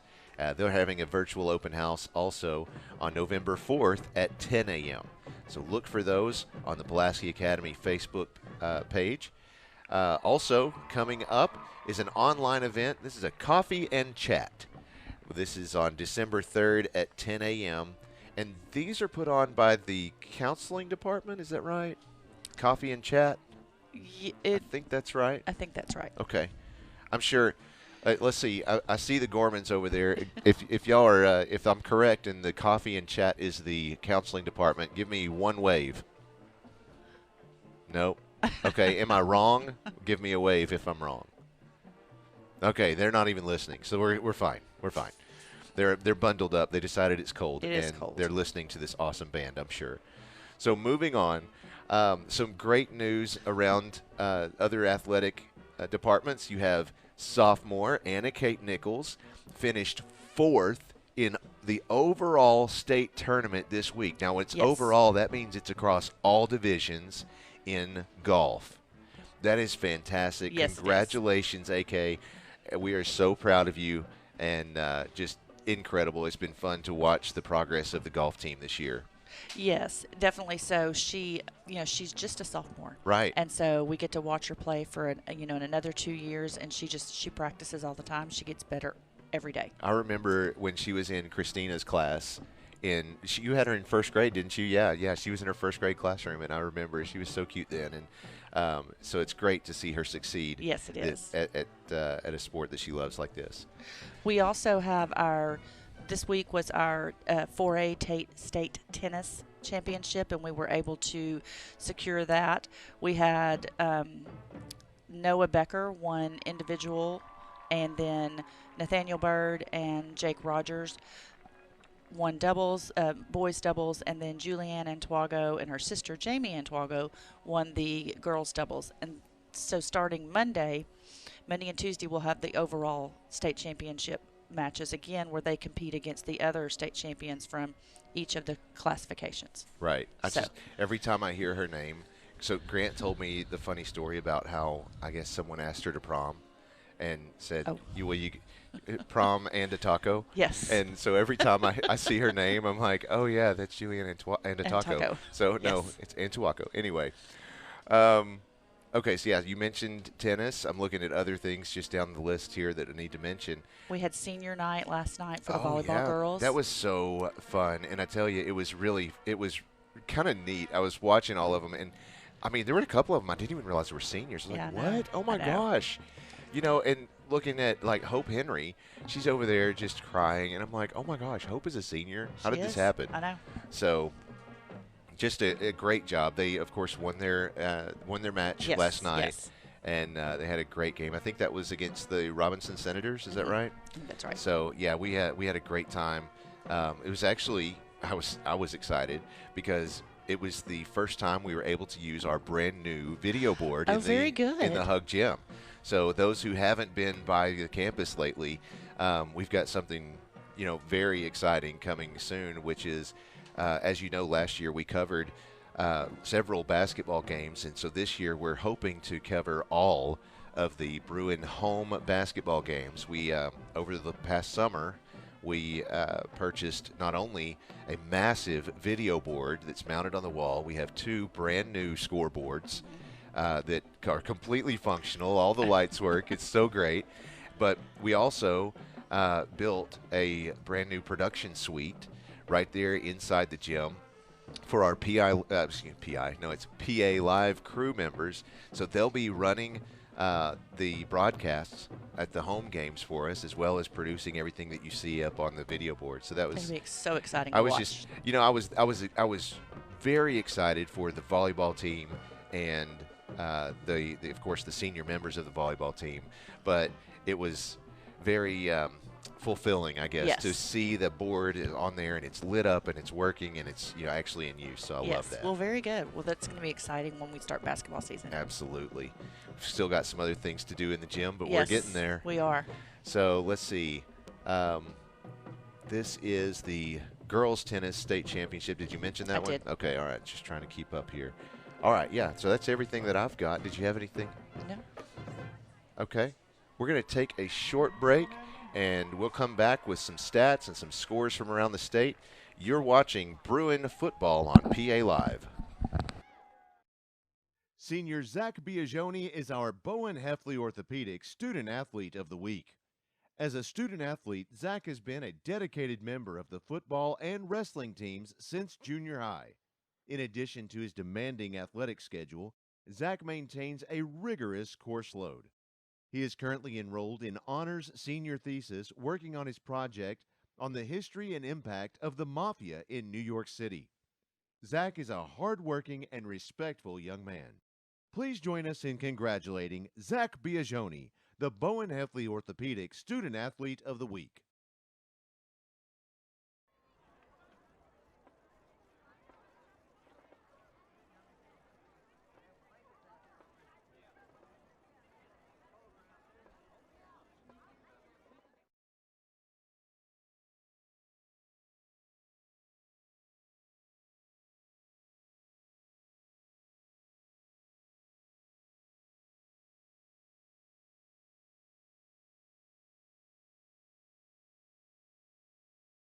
This Friday Night Spotlight is brought to you by Caldwell Toyota. Pulaski Academy would like you to join us in recognizing our core value student of the week, Olivia Phelan. Olivia is a respectful and responsible young lady who demonstrates empathy and compassion daily. She is observant and sensitive to all those around her. She is the first to congratulate their success or offer a hug in comfort. Olivia is a genuine and kind heart to everyone. Congratulations to our Core Values Student of the Week, Olivia Phelan. Our Core Values Student of the Week is brought to you by Caldwell Toyota. Just another way Caldwell cares.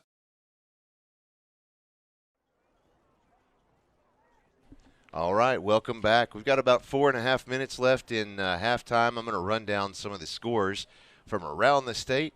Looking first at the 5A scores, of course, because that's what we're concerned with.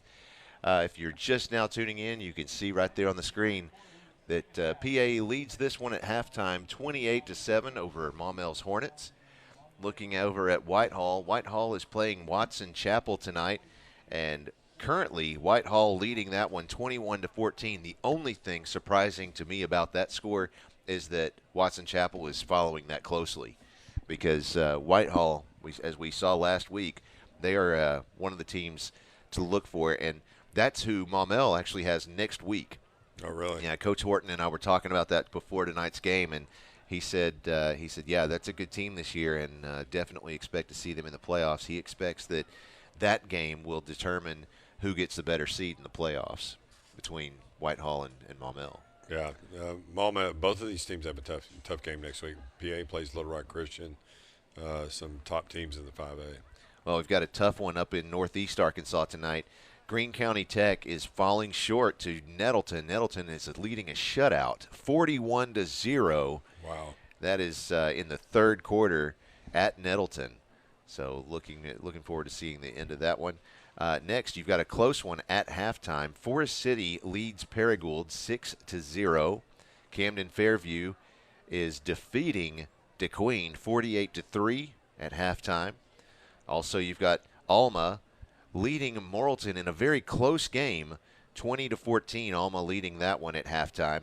Also in halftime, you have Harrison 14, Valonia 21. It's going to be a great game. Would love to watch that one. It's a close game. In the second quarter, you have Shiloh Christian and Gentry. Shiloh Christian leading that one 28-13. I think that might be the last of the 5A scores that I have here. Yeah, I've got some more. Here we are. Looks like we don't have any scores reported for a few of these. Looking at Jacksonville and Beebe, Brooklyn Valley View, no score reported. Hot Springs and Magnolia, Farmington, Clarksville. There's a lot of them that have gone unreported so far tonight. So yeah, those are all of the 5A scores that we have. So we've got a fantastic little addition here tonight. We actually have some team statistics. You know, Maumelle has a fantastic statistician that has been here. I think he said he's been doing stats for like 30 years. Yeah, Jim Ashley, great guy. Usually hosts food up here. Somehow the food didn't make it for lunch. So for halftime, the scoreboard is out, as is Sonic. But, oh, no. So with the scoreboard out and no clock, we don't have any official time of possession. I know that was a key point for Maumelle. They, yards gained rushing.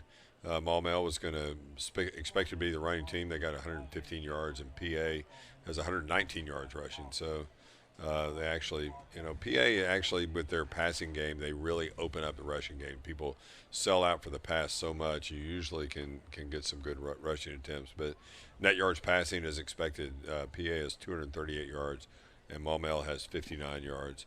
So total net yards, PA has 355. Maumelle has 167. They had, it looks like Charlie Pfizer has 4 touchdowns in the first half. There were no punts by either team. Total offensive plays. This is interesting. Maumelle has less points, far less total yards, but they actually ran more plays. Kind of typical PA, when people started doing these hurry-up, no-huddle offenses, it kind of turned on its ear the old, time-honored rules of football that field position and time of possession and controlling the clock, that's what determined the winner, and no longer does that determine the winner. A lot of times the team with less time of possession and less plays scores a lot more, and so here PA ran 32 plays and Maumelle ran 37 plays, and yet PA has 355 yards offense versus 167. So PA is averaging 11.1 yards per play and Maumelle 4.5 yards per play, which PA has had a lot of those chunk plays. Mm-hmm. For years, the number one predictor of the winner was turnover battle. Right. And, around 80% of the time, if you win the turnover battle, you win the game. But the chunk plays have surpassed that, and it's 81, 83% of the time. Whoever has the most chunk plays. And PA, even with that, committing to the pass by Maumelle and almost every play, dropping 8 into coverage, PA still managed to get off with a lot of big chunk plays. So it's showing up in the stat. Well, and I was looking at the rushing and receiving stats for Pulaski Academy as well, and it's quite clear from looking at comparing both teams. The receiving statistics for the Hornets is a net of looks like 59 yards, and for the Bruins, the receiving yards 238. I mean, that really kind of tells you who's airing out the ball and who's not. You look at the other statistic though, you see rushing. Pulaski Academy is at 119 yards, and the Hornets are at 115 yards. So they're pretty neck and neck when it comes to rushing, but Pulaski Academy is well over almost quadrupling the number of passing yards. Yeah, I mean for 20 years, since PA's been running this offense under Coach Kelly and now Coach Thrash and Coach Lucas, they've talked about PA as a pass-heavy offense. They spread the pass. They pass. But really, PA frequently has a 2,000-yard rusher. Right. And people don't realize when you're going that fast and spreading the defense out so much and you're challenging them deep, so you spread them wide but also spread them deep, that just opens up that box and you can gash them for big runs. And Coach Kelly never hesitated, neither did Coach Thrash, when the defense gave you a big run to take it. Joe Hyman is averaging 117 yards rushing per game. Wow. And, he had 819 yards rushing in just 6 games. So they're deceptively good at rushing. They have several run plays, and they've got a good offensive scheme. Coach Barnhill's doing a great job with that, and a lot of, pulling guards and inside trap plays and outside trap plays and double pull raptor plays. They're just PA's good at the run game as well. Well, let's take a very short break. We'll be right back with the second half of Bruin football on PA Live.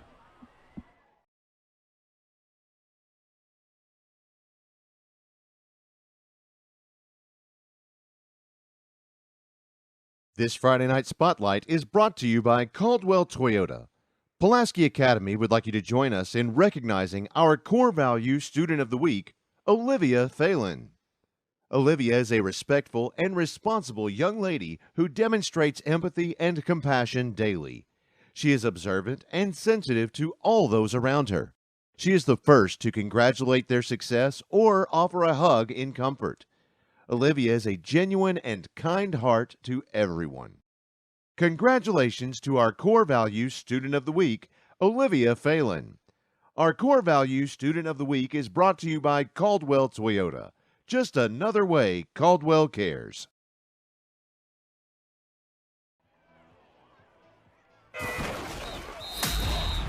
This has been the Akel's Carpet One halftime show. Now, let's get back to the Ron Jones Remax Affiliates Realty Studio with your host, Joshua Carroll. Welcome back to Maumelle High School. The Bruins leading this one 28-7. I'm joined tonight by Dr. Bill Hefley. Here is Vaughn Seelick to kick this one off. There's another Central Arkansas Mahindra onside kick.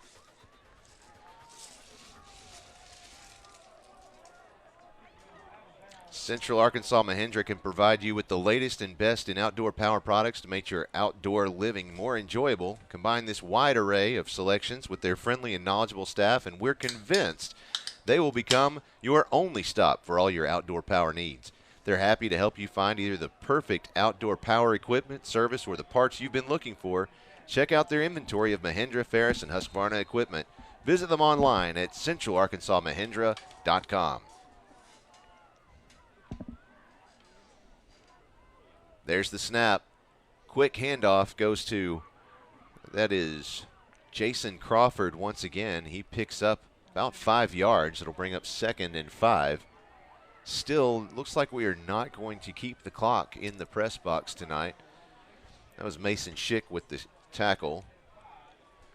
I'm going to try to hand over my phone over to Grant when he gets back up here. Maybe he can just kind of keep a sort of clock for us. So they're running the ball up the middle. Let's see if they're going to try to air it out and, not wind the clock in this half and see if we can get back into this game. There's the snap, looking to pass. Pass is out there, and it is incomplete, and a flag comes in.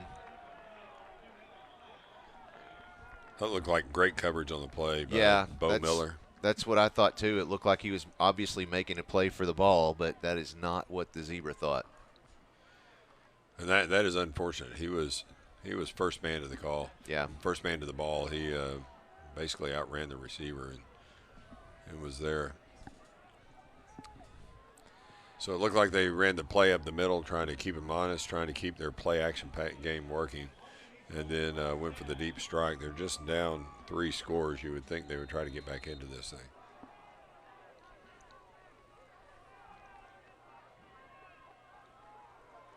He has 2 receivers on the left, 1 to the right, 2 men in the backfield. There's the snap. Steps back to pass. Pass is out there, and it's going to be intercepted. I don't think he expected to catch that. That's Bo Miller with the interception, bringing it up to the 25-yard line. We had Berkeley Courtney Moore, our sideline reporter, out there, had a chance to speak with Coach Lucas just before the beginning of the second half. Let's go down on the field.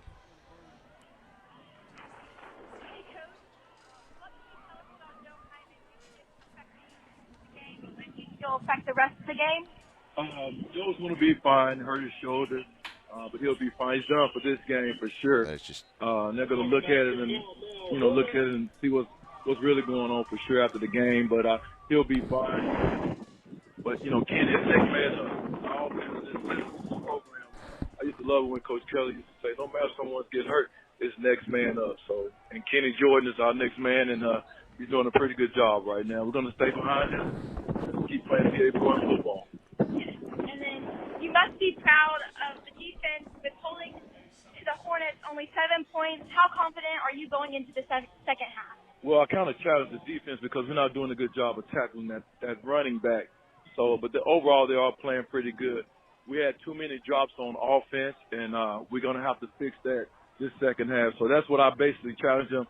You know, our offensive line, everybody, for the most part, is playing pretty good, but we can't drop the football. And defense has to tackle better because all it takes is one or two misses, and that kid can, that tailback they have can take it to the house. So hopefully we'll fix that this half, and we'll be ready to go. All right, thank you very. Back to you. All right, thank you, Berkeley Courtney Moore, and that was fantastic. And it's just like Coach just said, they can't drop those passes, and that's what John Mark Charette heard, and he was able to pick that one up for another Holloman and Associates first down. And there's another one back to back, just like that, an amazing catch. That was, I believe, that was Jalen McKinney. Yes, it was. Jalen McKinney. So they just ran a bubble route to the left. They actually had 3 receivers with 2 tailbacks on it. Hit John Mark Charette, nice pickup, and then came back with a deep pass to the right. I think we have about 13 minutes left in the third quarter. First down, that's a Holloman and Associates first down for the Bruins. There's the snap. Pass goes quickly over to Jalen McKinney, and it slipped right out of his hands. They've got those ball boys over there tonight wiping them off with towels as quickly as they can. But sometimes it's not going to be enough, especially once those once they run out of dry towels. You know, it looked like Bo Miller got an unjust call there for pass interference, and the God smiled upon him. He came right back with an interception. So good play by him to start this drive. That was Kenny Jordan with the carry. Brings it up to the 20-yard line. That'll place the Bruins inside the Caldwell Toyota red zone. Looks like just outside of getting the first down. So it'll be third down. Third down, 1 yard to go. There's the snap. Quick pitch over to Kenny Jordan. He gets the first down and about 4 more. That'll stop the clock for just a moment. That is a Holloman and Associates first down. So that's 3 big plays to Kenny Jordan. You know, he's just a sophomore filling in for Joe Hyman and just having a great game, doing really well.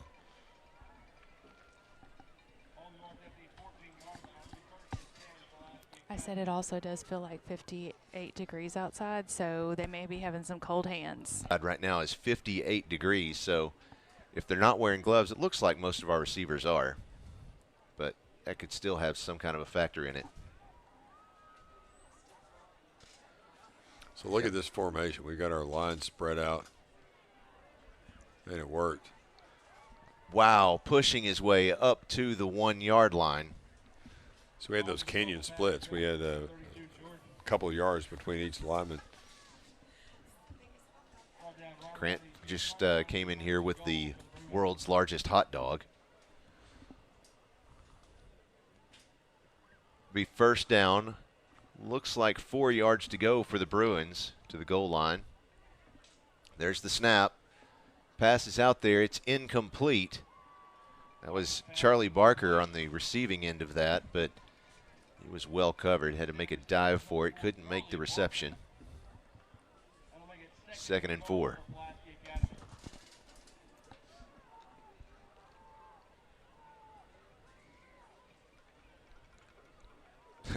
Max Gorman is a massive dog. Best blocker in PA history, Pancake King. There's the pass. Oh, no, and that one was...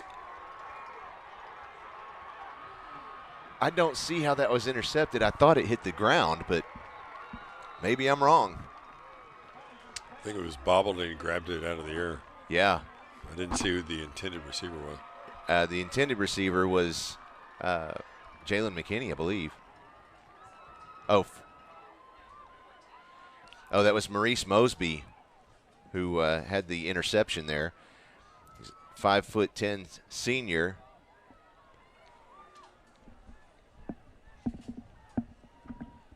So with somewhere around 12 minutes left in the third quarter, I know that sounds so exact and professional. Yeah.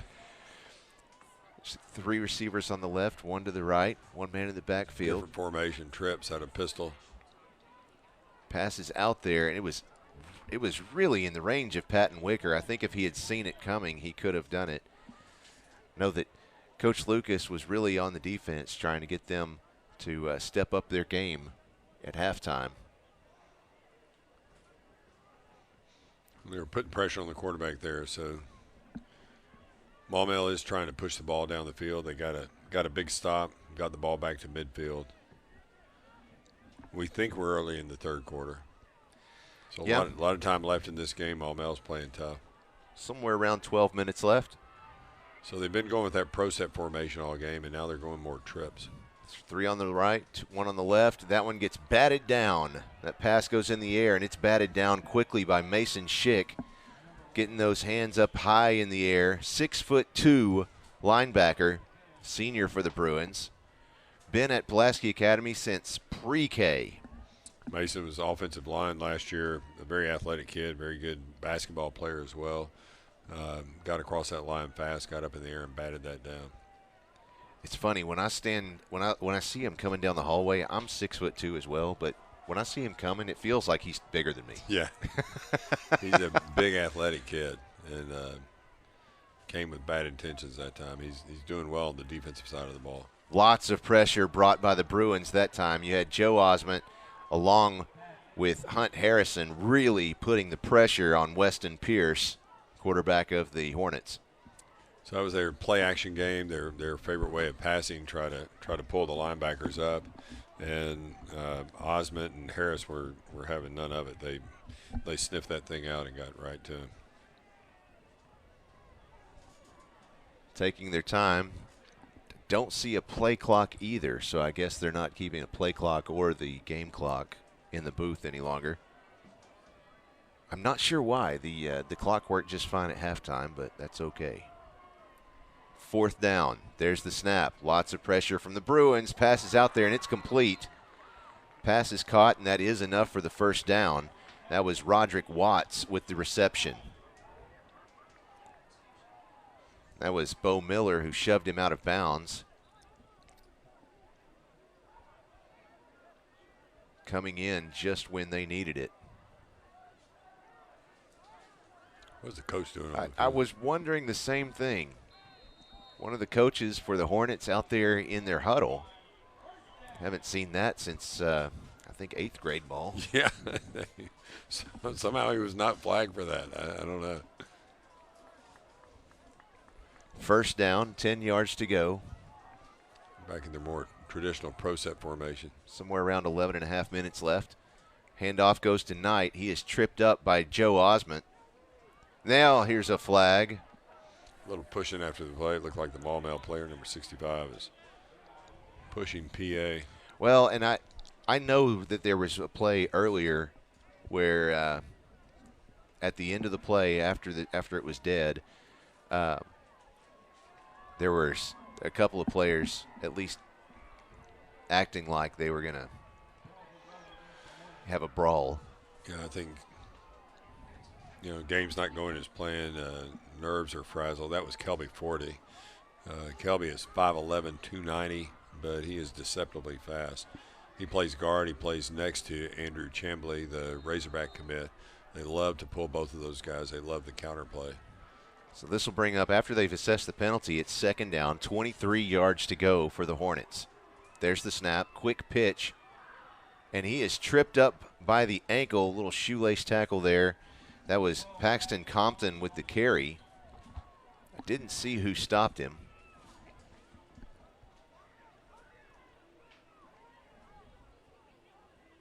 I know this clock that I'm keeping on my phone is not going to be accurate at all, but it's the closest thing that we have. I'll show somewhere around 11 minutes left in the third quarter. Under center. There's the snap. Looking to pass. Pass is out there. And it's, just almost caught. Again, that was Jet Smith. 2nd interception he almost had tonight. So a little flicker play, and PA did not bite on that at all. That receiver on a post route was triple covered. He was in heavy traffic, so they're lucky the pass was off just a little bit. It would have been picked.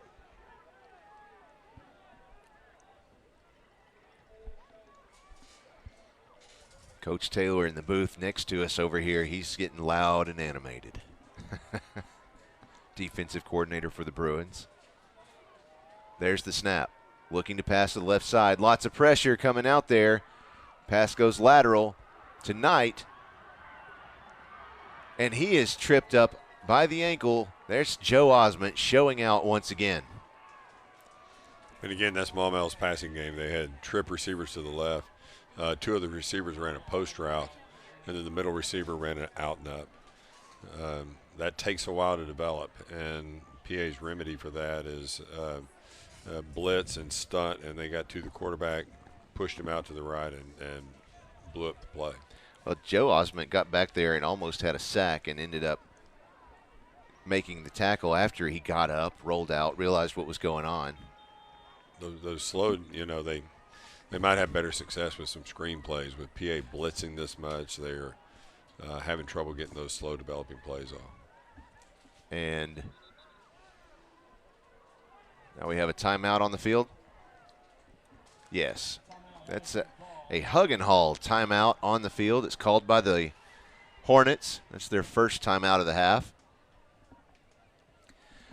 So let's take a moment and thank a couple of our sponsors. We have Crown Trophy. Of course, you know that Crown Trophy of Little Rock has every type of award to recognize athletes, students, and even co-workers. But more than that, Crown Trophy can customize drinkware, badges, and even rings. So whether you have someone working for you or working hard on your team, show them your appreciation by recognizing them with something special from Crown Trophy of Little Rock. Visit them online at crowntrophy.com. Of course, that's my reminder. I need to reach out to Jenny Cole over at Crown Trophy and pre-order all of the medals and trophies that we need for the Bruin Invitational Wrestling Tournament that we'll host at the Hug Gym on January 22nd. It's going to be a fun day. We have 20 schools coming out to participate in that one from all around the state and outside the state as well. We have, I think, one team from Tennessee and another from Texas, I believe, Louisiana maybe, coming to that one. It's going to be a big day. There's the snap. Pass goes to the left side over to Jalen McKinney. He forces his way across the 45-yard line. It's a gain of 5 yards. It'll be 2nd and 5. According to Jim Ashley, we've got 5 minutes and 10 seconds left, approximately. Oh, see, I'm way off then. He stepped out of bounds. I've got the clock stopped here. I'll let you do it. You're probably much better at that than I am. Pfizer in the shotgun. He has 3 receivers on the right, 1 on the left. Looks like he has, is that Jackson Redenius in the backfield? Hands off. Yes, it is. He makes that's not Jackson, excuse me. That is Kenny Jordan. That makes more sense. Thought that was a 30, not a 32. Bruins tonight are wearing white shirts, white jerseys, white pants with gold helmets and gold lettering. The Hornets wearing black pants, black jerseys with red helmets and red numbers. Empty backfield, 3rd and 8, 3rd and 7. It's got 3 receivers on the right, 2 on the left. There's the pass. It's out there, and it is complete. That is fantastic. Jalen McKinney coming in on that 3rd down conversion. He picks up the Holloman and Associates first down. PA has such a great vertical game, and they have 3 or 4 of those pass plays where the 2 inside receivers crossed, and that looked like jet 5 right hammer. The Z and the X crossed, and that just seems to confuse the D-back. There's a much higher completion percentage on that. And sure enough, he was open, and Charlie put it right in there. Had to put some heat on that. If you get behind the receiver, you put some air under it. And on that one, he zipped it in short of the safety. Twins on either end. There's the snap. He's rolling out, looking to pass. Pass is out there, and it's caught by Jalen McKinney. Out of bounds at about the 15-yard line. Another Holloman and Associates first down for the Bruins. Coach Thrash is doing a great job with play calling, naked bootleg there out of Twins. Pulled the defensive line the wrong way and started to the left, spun around, went to the right, naked bootleg, wide open. Trips to the right. There's the snap. Rolls out to the right side. Quick handoff that time. He comes back to the left. That's Kenny Jordan. He's going to hit the end zone. Touchdown, Bruins. Kenny Jordan's having a great game. I almost said it. Christina won't let me forget it. Last year I slipped at one point. Words were not coming to me, and I said something about, and he's at the 10, the 5. He's in the touchdown zone. Ever since then, she won't let me forget it. It's kind of the touchdown zone. It's the touchdown zone, baby. Yeah, that's where it is. We need to have PA Live T-shirts made up to say it's the touchdown zone. So that was a clever play. He was in trips right, looked like pass all the way. He rolled to the right and then just had a delayed draw back to the left.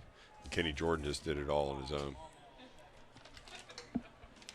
All right, well, let's take a look at our live fan feedback here real quick. I've got a lot to keep up with here. Let's see. What could your sideline reporter get with the side judge and relay to you the time on the field? That's a good idea, Tony. I don't know. The trick is you don't want to interfere with the judge, but that is that's a good question. Let's take just a quick look around as they're coming back out. Tommy Campbell from Arkadelphia, big PA fan for the past 11 years, ever since Freddie Knighton was quarterback. Love watching them every night via the link. Big fan of Dr. Hefley, too. Well, thanks, Tommy. Thanks for joining us. Thank you, Tommy. Here comes Von Seelig. He has the ball reclined on the tee. That's another Central Arkansas Mahindra onside kick. It's picked up by Knight. He's across the 20, trying to make his way forward, but there is a flag in the backfield. Where is it? No, that's not a flag. That is trash. It's caught me a couple of times. There's some flying object debris out there at the, the 42-yard, 43-yard line? No, that is just an object on the field. As the Sylvan Hills announcer always said, it was trash on the tundra. Yeah. I think this is 3 plays Maumelle has scooped the onside kick and tried to score. I don't think this is coincidence. I think that was their plan. Ball is loose. Ball is loose. Let's see. Number 9 has it for B. Hunt Harrison got that. I'm still waiting for a sign from the officials. I think that they said that was down, but it looked like a fumble to me. How in the world could that be down? I don't know. It looked like a fumble. That was just a late handoff. He didn't put it in his gut. Dropped it. What is the call? I think they called it an incomplete pass. So they're saying it was a little shovel pass. Mm-hmm. So that'll bring up 2nd and 10. It didn't look like it from up here. It looks like his hand was still on the ball. Right. So the score right now is 35-7. Bill, I'm going to hand it to you for a second. Sure. Counter play up the middle to the left. Pick up a 1 or 2 on that play.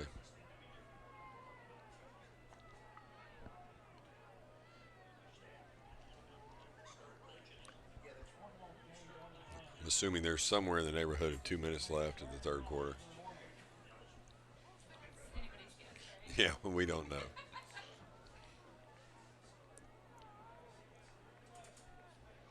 So Maumelle's coming out. They've got trips to the right. Single receiver on the left. They're in pistol formation like they've been doing all night. The back shifts into conventional formation beside the quarterback. Just ran a simple post down the middle. And there's some pushing going on after the play.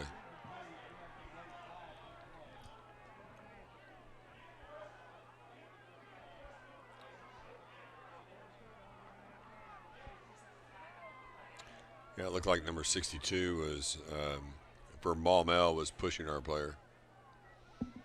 Coach Madison Taylor's next to us over here, and he is not liking that a bit. Things are getting chippy. People are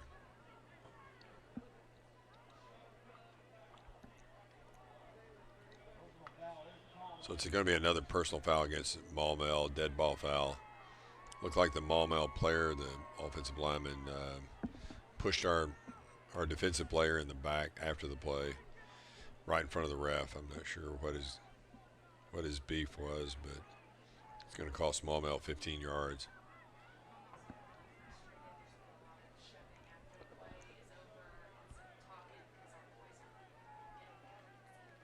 All right, so let's bring it up 3rd and 25.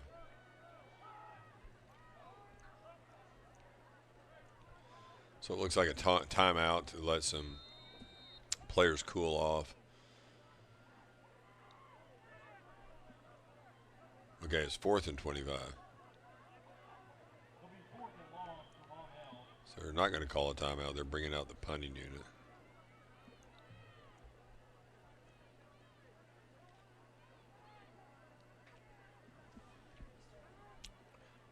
P has nobody deep. Okay. There they are. PA's getting off the field. So PA will take possession at their own 22-yard line.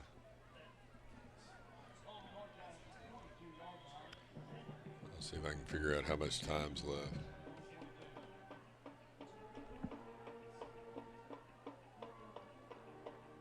Okay, 3:43 is the unofficial time.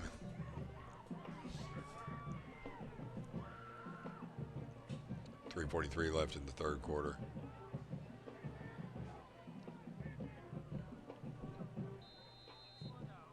PA's coming out in twins on both sides.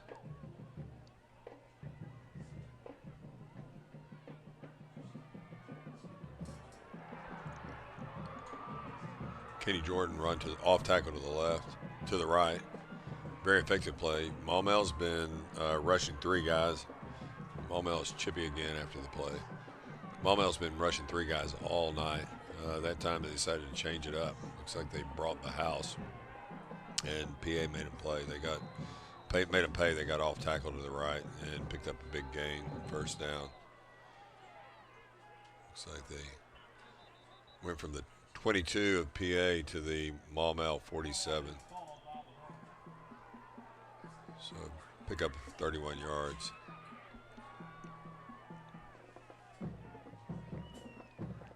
Now there's a timeout, or maybe that's the end of the quarter. Without a clock up here, we don't know. I think it's a timeout. Well, let's take a timeout with them. We'll be right back with more Bruin football in just a minute. This Friday Night Spotlight is brought to you by Caldwell Toyota. Pulaski Academy would like you to join us in recognizing our core value student of the week, Olivia Phelan. Olivia is a respectful and responsible young lady who demonstrates empathy and compassion daily. She is observant and sensitive to all those around her. She is the first to congratulate their success or offer a hug in comfort. Olivia is a genuine and kind heart to everyone. Congratulations to our Core Values Student of the Week, Olivia Phelan. Our Core Values Student of the Week is brought to you by Caldwell Toyota. Just another way Caldwell cares.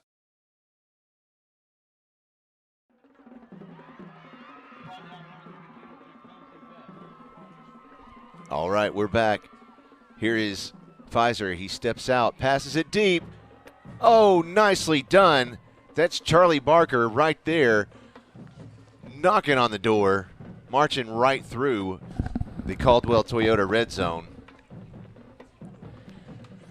Missed a big play there a moment ago. I think that was Kenny Jordan with a big-time reception, picking up a Holloman Associates 1st down. There's the snap. Quickly hands that one, trying to see who that is. They say he's not quite in there. It looked like he crossed the plane. I think that's Charlie Barker. I still haven't seen a sign. No, they're going to say it's 2nd down. 2nd and inches. Oh, and wait, we have a injured Hornet on the field. Yeah, I believe that is number 58. That would be Jordan Harrison. He's a senior, 6'4", defensive end for the Hornets. Don't like to see that, not for our team or anyone else's. No. And Harrison's another. He's a great defensive end. He is.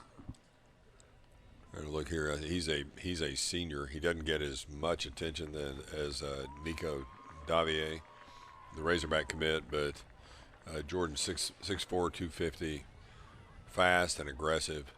And of course, they've got the nose guard in the middle. That's also, he's a load. He's not as tall.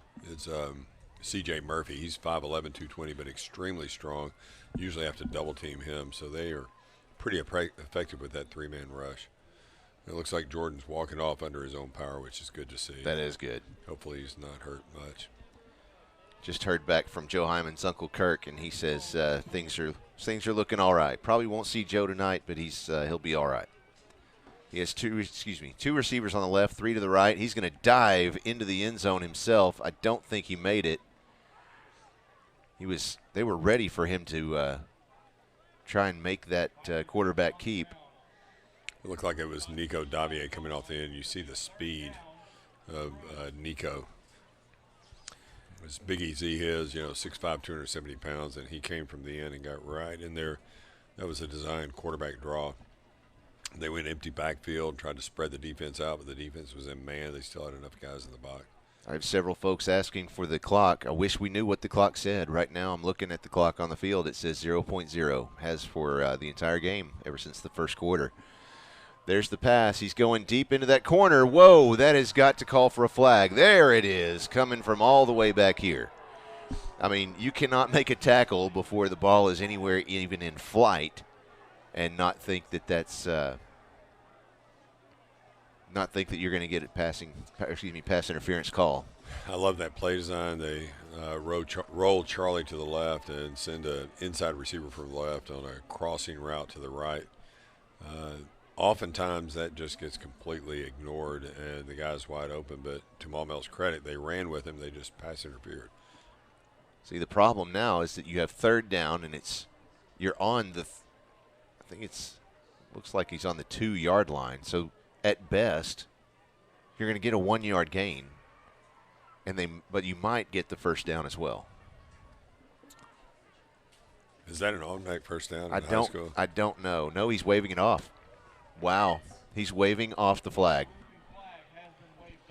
So I guess he's saying they inadvertently got their feet tangled, and both went down.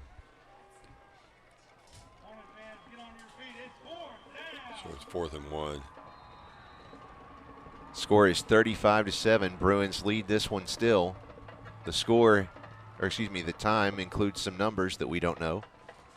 Pfizer rolling out the right side. He's going to dive across. Touchdown, Bruins. Great job by Charlie. That was their rollout right play, 500 blocking or 600 blocking. Wow. Charlie strung that out. Nobody was open in the end zone. They were covered, but Charlie was able to dive across. Going back to our live fan feedback coming in from Ron Jones Remax Affiliates Realty. He says, give Dr. Hefley and the medical team a huge thank you for the excellent diagnosis and treatment for my recent shoulder injury. Well, thank you for the shout out. We appreciate it, and you're welcome. This one says, love hearing Dr. Hefley on. Best ortho ever. All right, it's very nice. Thank you, Mom.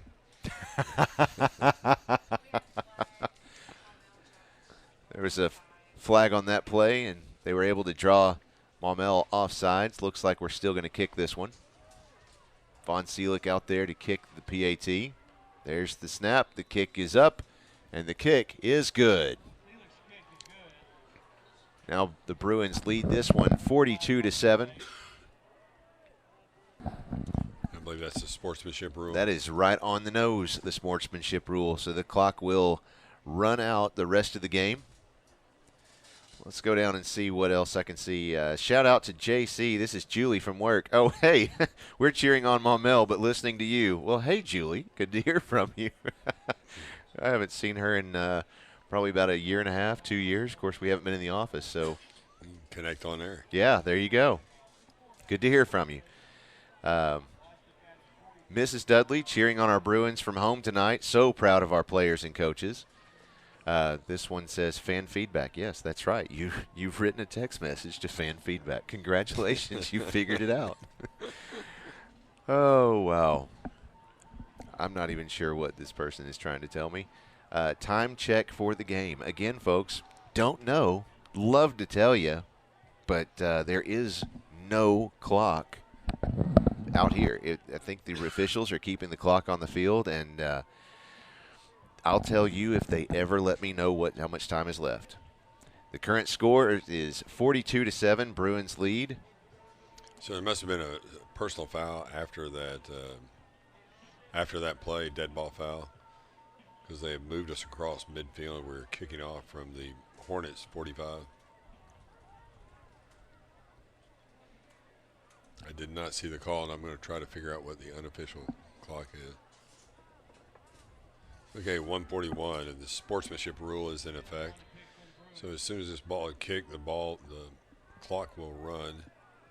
There's 1 minute, 18 seconds left on the clock. Thank you, Berkeley Courtney Moore. I don't know how she figured that out, but wow. She earned her pay tonight.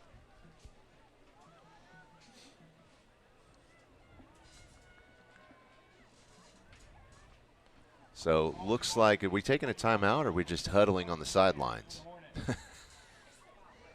Yeah, it is. It's nuts. It's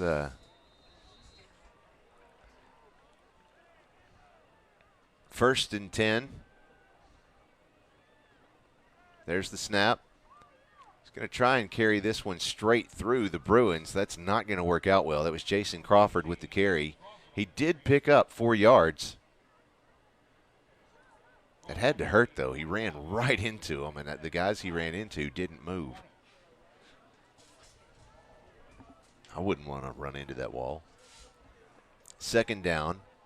6 yards to go for the Hornets. He has 2 receivers on the right, 1 on the left. He has 2 men in the backfield. Trying to draw the Bruins offside. It's not happening. He finally calls for the ball. And trying to see, I think, yeah, that was once again Jason Crawford with the carry. Just a workhorse for this offense from Maumelle. Picks up another 3 yards. Looks like it'll be 3rd and 1.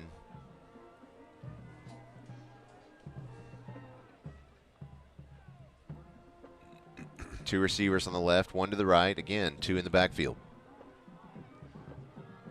See if they're going to run it again this play. There's the snap. No, looks to play. pass. Pass is out there, and it's complete. That pass is complete to Roderick Watts. Picks up the first down. So they came out running the ball. PA got 2 or 3 touchdowns ahead, and Maumelle started doing a lot of vertical passing, trying to get back in the game. And now this series, it looks like they're going back to the run game, short game. And I think that marks the end of the third quarter. Yeah, the way that they're moving the ball over here, yeah, that's the end of the third quarter. Good to hear from Ron Jones there on our live fan feedback. Of course, Ron Jones and Charlotte Emery offer you a combined 40 years of real estate experience for all of your residential or commercial real estate needs, whether you're buying or selling. Ron Jones RE/MAX Affiliates Realty is standing by to take your call and schedule a market survey and consultation at your convenience. For listings or more information, call 501-416-3658 or visit them online at ronjonesrealtor.com. He was one of the great sponsors that jumped on board when we needed folks to help us get started on our coverage of basketball last year. Glad to have them along on the PA Live family. There's the snap. Quick handoff goes to Knight. He's trying to make his way to the 35-yard line. He does. Bounces off of his own blocker and runs out of bounds at about the 37-yard line. That'll be 2nd and 8. Bounced off big Andrew Chamblee. Looked like a wall out there. Right.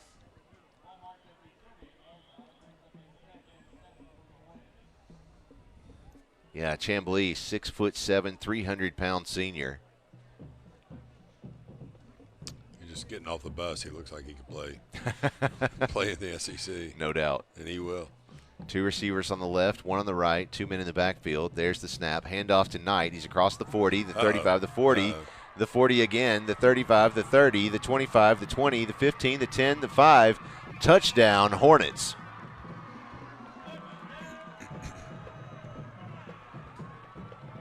What a play. It was like Coach Lucas said at halftime, you know, one step and that kid can be gone, and he was. Oh, sure. You give him an inch, and here we go. He came right through the middle and caught a crease, and just no catching him. Have on our live fan feedback, Brandon is watching from Arizona tonight. He says, "Go Bruins." Thanks, Brandon. We are currently in the 4th quarter.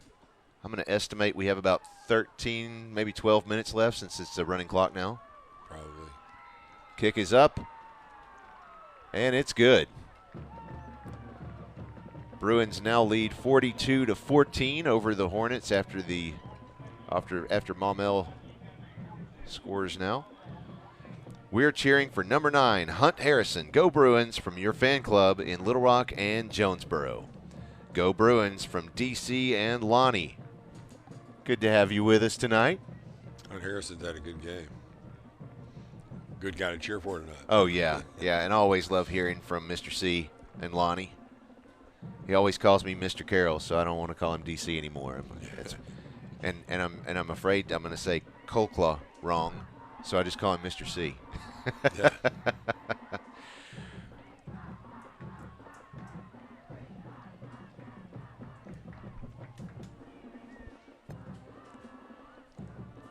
From Grant Swindle, let's go Zach Biagioni. Grant, are you actually texting the live fan feedback from like 4 feet behind me? Yeah. Okay. Good to go. Good to go. I like it. Here's the kickoff back to the Bruins. He has it teed up in a traditional manner. It's going, well, as deep as it has gone tonight. This one is going to be received by Jalen McKinney. Tries to find a route, goes nowhere trying to make up his mind, and he's tackled quickly by, I thought that was Maxwell Pace, but I'm told that was really Jesse Knight. I thought it was number 1. Number 20. Okay, all right. Jesse Knight.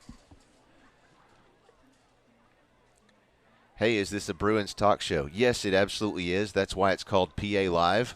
PA stands for Pulaski Academy. So, yeah, it's a Bruins talk show.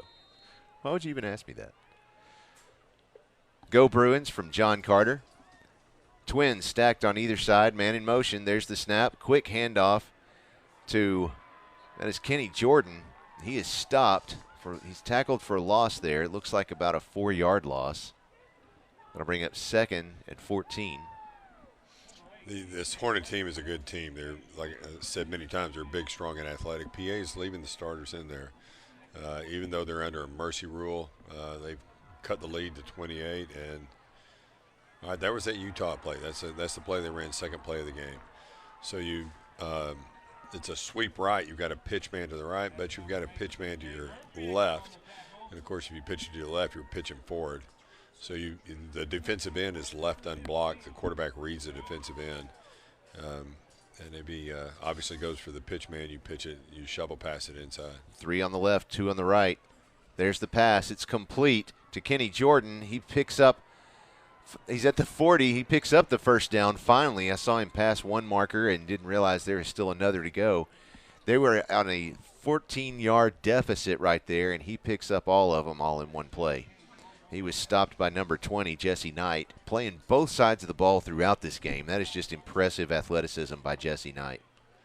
Jesse Knight is probably their second-best defender behind. He's a hybrid safety, and he's behind Nico Davier. He's probably their second-best defender. He has 3 receivers on the right, 2 on the left. First, this is our Holloman and Associates first down. There's the snap. Looking to the right side. The pass is out there, and it is off of the fingertips.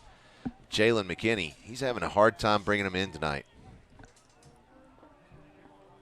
Tell you what, Kenny Jordan is, he's doing a great job filling in for Joe Hyman. That play, they had him dead to rights, well short of the first down marker, and he made a spin move and dove forward and made it with a little to spare. Second down, 10 yards to go. 3 receivers on the right, 2 on the left. There's the snap. He rolls out to the right side, behind the back to Kenny Jordan, and he pushes his way up to the 50-yard line. It's a 5-yard gain. That'll bring up third down, 5 yards to go. That's awesome. 8 minutes, 33 seconds left in the game. Thank you, Berkeley Courtney Moore. Kenny Jordan just getting a lot of touches tonight. There's the snap. Pass is out there, and it's complete to Charlie Barker across the 45, and it gets flipped head over heels at the 41-yard line. He's stopped by Alan Timmons, and that's enough for another Holloman and Associates first down. It's, what'd you say, 55 degrees outside, which means that the wind chill, it feels like the wind chill is 55 degrees, which means that the wind chill has dropped 20 degrees since the beginning of the game. So you think Charlie Barker, yeah, that's significant. You think Charlie Barker's still trying. He gets out there on that pass into the flats. He makes a hesitation move, stiff arm, and does a flip over the defender for extra yardage. You gotta love that fight. Twins on both ends of the field. We've got Kenny Jordan in the backfield on Pfizer's left side. There's the snap. Little play action. Pass is complete to Jalen McKinney. He picks up, looks like about 2.5 yards. I'm not sure what to believe. You got the marker out there said 2 at the beginning of that play, and now I think that was the first down, yeah. Okay, it looks like Kel Busby coming in. PA, they wanted to dig out of that hole, get over on the positive side of the 50-yard line. Now Kel Busby in the shotgun. 3 receivers on the right, 1 to the left. Rolling out the right side, looking for a receiver. I'm not sure he caught that. No. That was, trying to see who that was. Was that Will Hawkins? Yeah. Yeah, it was. So that was intended for Will Hawkins. It was incomplete, but you can see the arm Kel has. He put a lot of heat on that ball. Yeah. This time he has 3 receivers on the left, 1 on the right, 1 man in the backfield. There's the snap. Looking to pass. The pass is out there, and it's, deflected, I believe. I think that got, yeah, I couldn't tell which one of the defenders, but one of them got a hand on it, kind of knocked it in the wrong direction.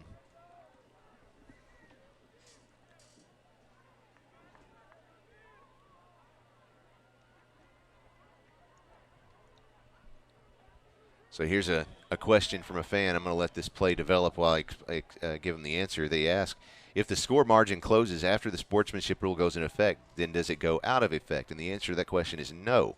Once the sportsmanship rule, or sometimes called the mercy rule, once that goes into effect, when a team is 35 points or more ahead in the second half of the game, it doesn't matter if that margin decreases at all. The clock will continue to run and only have very limited reasons to stop. It no longer stops for incomplete passes, things of that nature. It still stops for timeouts, touchdowns, and so on. Injuries, of course, yeah. So that ball turns over on downs. Of course, now here is the Hornets with their next offensive drive.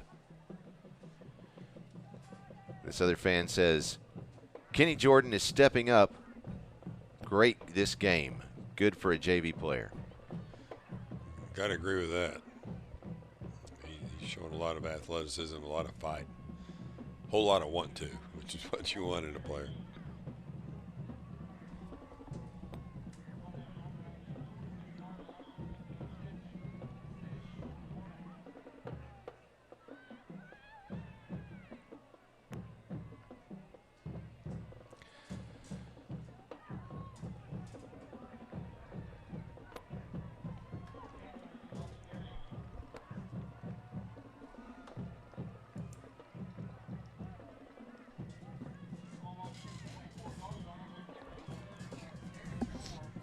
Yeah, the Maumelle Hornets band is over here, giving it everything they have.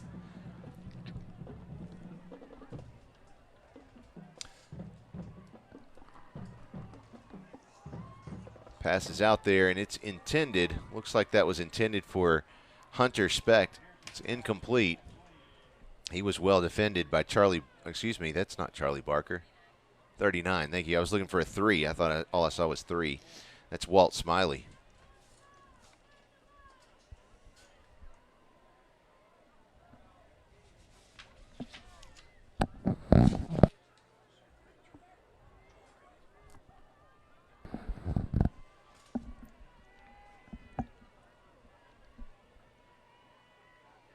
Steps back, looks to pass. Pass is complete to Knight across the 40.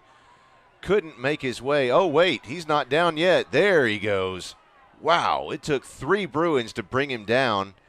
I think that looked like number 28, John Stephen Goodwin, who made the initial successful contact. He was helped out by Tully Gilden. You know, not enough for the first down, so the Bruins will get that ball back as a turnover. I think it's a good play call. I think Bruins tend to bring the house. They bring the heat every time, and if you can try to run off the D-backs as screen call, it's usually effective in that situation. You usually slow down the rush. But you know, the Maumelle coach probably figured out Bruins were going to sniff that thing out. They haven't been running a lot tonight.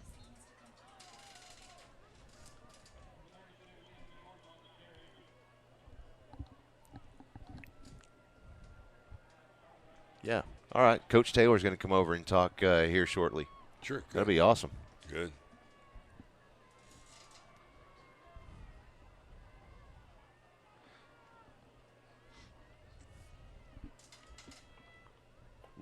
I know we have less than 5 minutes left in the game. Eric, if there's time, can we go ahead and grab that other headset? We'll just plug it in direct right here. There's the snap. Busby hands that one off quickly to Will Hawkins. He runs to the left side of the field. I think he picked up the first down. Yes, he did. Another Holloman and Associates first down.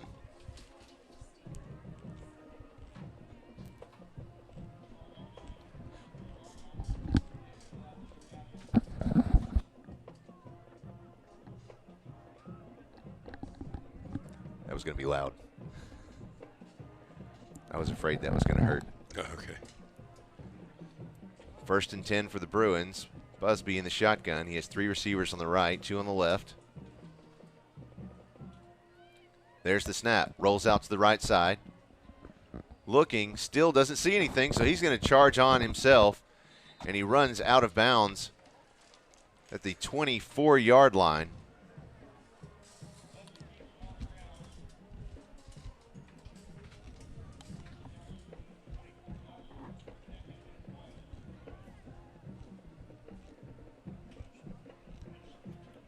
John Stephen Goodwin is having a great effort. He looks good out there tonight. That's coming from our live fan feedback. Twin receivers on either end. 1 man in the backfield for Busby.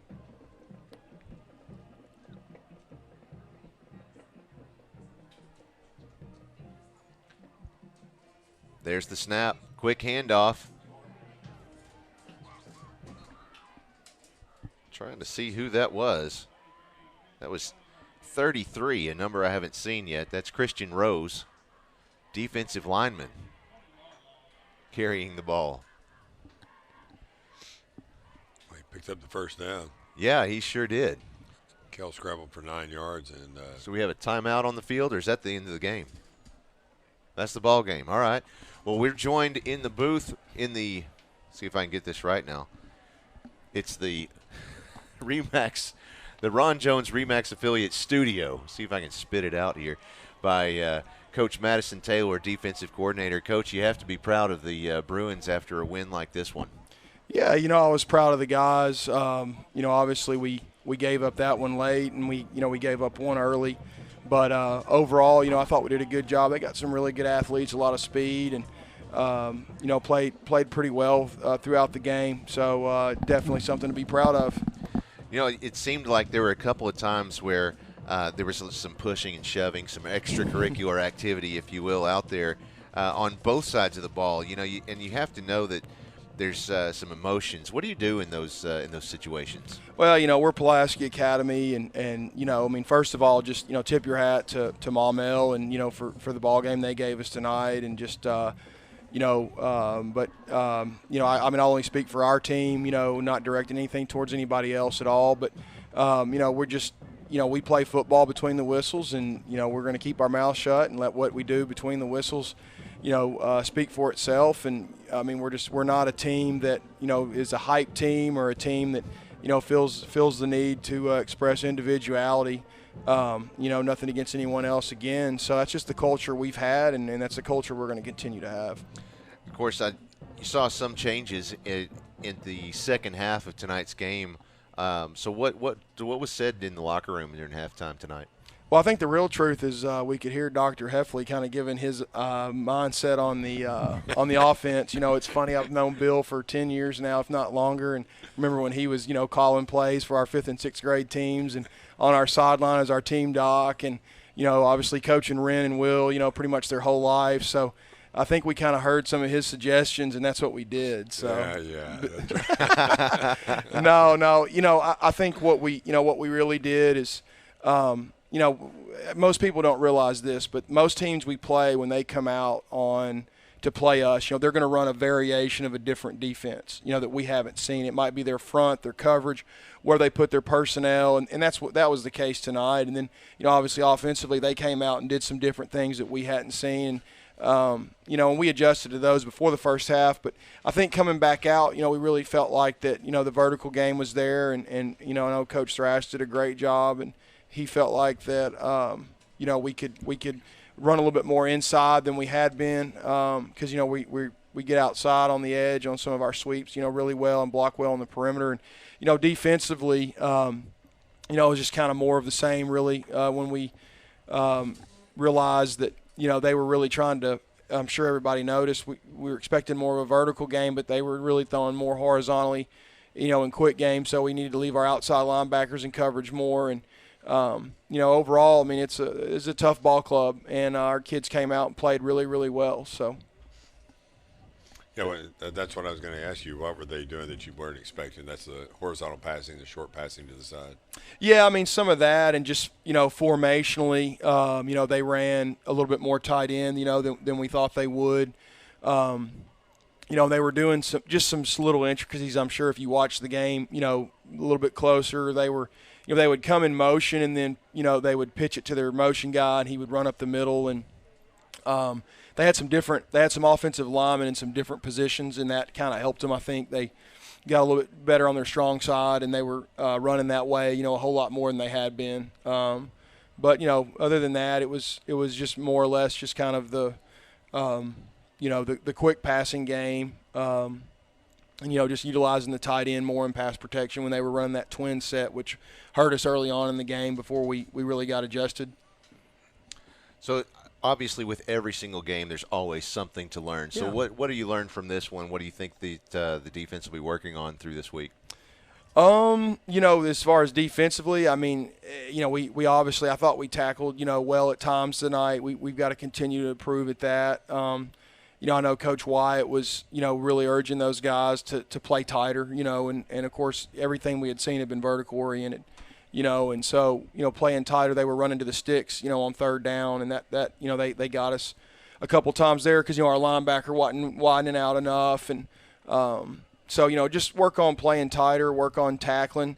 I thought, we took overall, we took pretty good angles tonight, as far as containing their quarterback. We didn't get to him as much, but, I mean, he was throwing it just really, really quick. And, and that's kind of, smart on their part. Like I said, these guys, they're a good coaching staff, and they've been here a while. And, these kids that they have here at Maumelle, a lot of them have been playing for them since 7th grade. And, they do a good job. So, all in all, I think, that's kind of the focus. I was going to go back to something Bill asked me, defensively, they were playing, a lot more cover 3 than we thought they would. The one high, I'm sure you talked about that.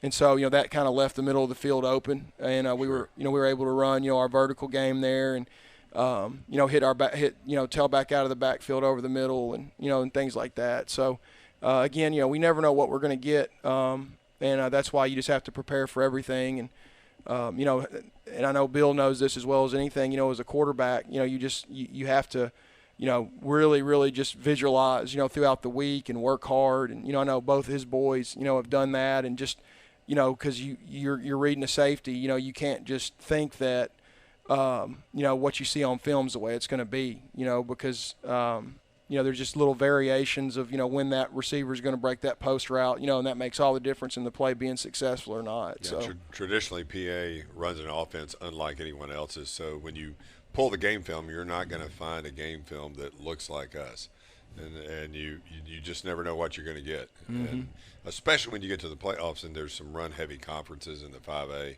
and some teams have really just not seen a passing game. So you're right. It seems like our offense always has to be prepared for just whatever. So. Well, Coach, thanks very much. Yeah. And got a great week of practice ahead of you, getting ready to host Little Rock Christian next week. Yeah, we're excited. You know, it's always about the next game, you know, at our place. And, you know, us as coaches will break the film down tonight and, you know, look at that. And then, you know, we'll be on to the next game and the next challenge. And just really, you know, looking forward to getting back home. It's been a while. You know, it always seems we don't play at home. But, you know, it's just excited to get back home and host and get all our fans. You know, we need everybody to come out, you know, and support the Bruins. You know, the live stream's awesome and it's great, but come on out in person and check us out next week and watch the live stream after the game. There you go. I just want to say I appreciate Dr. Hefley. You know, he's so supportive of us and you know, over the years, and just, you know, giving his commentary. I'm sure I was getting texts, you know, I might have to shut my phone off. And, you know, I'm not from Arkansas. I've got a lot of friends and family that, you know, listen to the games, and they enjoy Josh and the whole, you know, crew, but they were enjoying Dr. Hefley's analysis. I really mean that. And, you know, it's funny, Josh, I'm going off the, you know, the ticket here, but I was talking to somebody yesterday whose mom lives in Arizona. And they, you know, their kids have graduated, but, you know, their mom lives in Arizona, and she lives kind of in a retirement, you know, community on a golf course. Right. And she has her friends over, and they watch the live stream of our games. I love that. Isn't that wonderful? Yeah, I mean, it's, that you know, is awesome. It is, you know, and just so many people that, you know, my family that watches from Tennessee and Nashville and down in Alabama. My brother always watches the games in Houston, Texas. I mean, it's just, you know, it's incredible what, you know, this has been able to, you know, what the live stream, but PA football in general, you know, how that's been able to, you know, to reach out. And I'm sure that, you know, Dr. Hefley's son Will's not listening, but, you know, he's in med school at Vanderbilt. And, you know, I'm a Vanderbilt fan, so I wish he had some more eligibility left, you know, because I think they might could use his help down there off West End. So he was listening early mostly to make fun of Dad. Yeah, I could see that. Yeah, I'm sure if you checked your phone right now, you know. Both of my sons were blowing it up about every dumb thing I'd say. But. Yeah, well, you know, it's funny, you know, PA quarterbacks, you know, sometimes Braden Bratcher or even, you know, Will or, you know, some of those other guys, you know, we'll occasionally get a text like, "Hey, coach, you know, run this play," you know, because they understand the game. So it's fun. PA Live is great. You know, it's such a amazing tool for our school and for football. And, you know, people literally, I mean, all over the country. You know, I know that there was a family that went on vacation to Hawaii and, you know, was watching the game, you know, there from the cabana they were at, you know. And so I appreciate you guys. Give you guys a shout-out. I know I've talked enough, so thank you very much. I always call PO football the greatest football show on earth. There you go. And I tell you, it's not only that, but the kids that are privileged to get to play here, it is the most fun place to play football there is. These coaches make it fun, and it's just unbelievable the quality of the coaches. You know, I've talked to the coaches this week, and the amount of stuff they know is just unbelievable.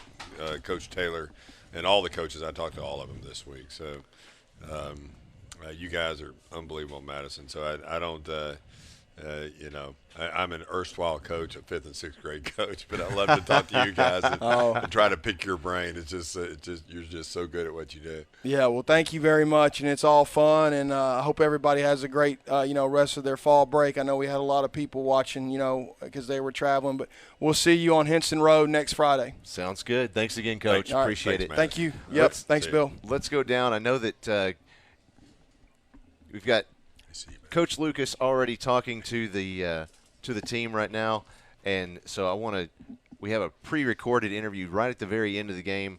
Berkeley Courtney Moore, our sideline reporter, had a chance to speak with him, so let's hear what he had to say about the game. Maybe.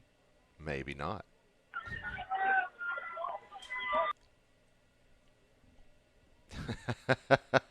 Okay. One of these days, something is going to actually work right, and it'll be something that I won't know what to do with it. He was under alien attack during that interview. Well, I think there were lots of folks that were standing around him, and all of a sudden it wouldn't play. So I'm going to try it one more time. Let's try and listen in.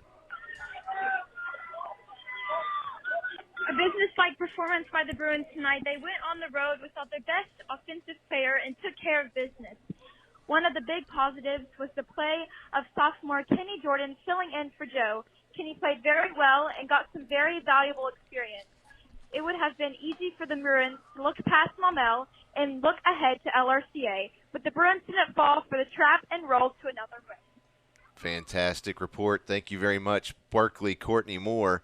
And just doing a great job for us down there on the sidelines tonight. Absolutely, absolutely. So last word, we have, of course, our Bruin Claw to give away. So who do you name for that one?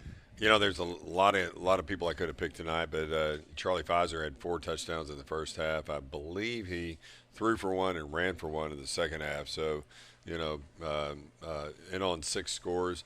Of course, Kenny Jordan also would be a good honorable mention, but I think I got to give it to Charlie Pfizer tonight. There you go. Congratulations, Charlie Pfizer. Thanks, everyone, for following along, and thanks for watching. We'll be right back here. You can find every broadcast at pabruins.tv. And if you end up coming to the Little Rock Christian game at PA next week, bring a radio with you, and you can listen in on our broadcast live in the stadium.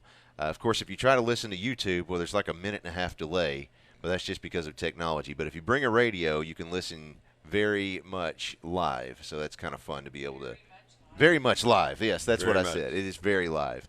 There's no delay in that at all. In the touchdown zone. In the touchdown zone. That's right. And Hatim Samuni getting the last word in tonight, saying, I watched the broadcast from Hong Kong, Mexico City, and Morocco recently. Oh, wow. So there you go. Anyway, it's a great broadcast. I'm so glad this is available for people. Well, it's a lot of fun. So anyway, thanks again, everyone, for watching, and we'll see you next week as the Bruins host Little Rock Christian. Thanks for watching. Good luck, good night, and 73.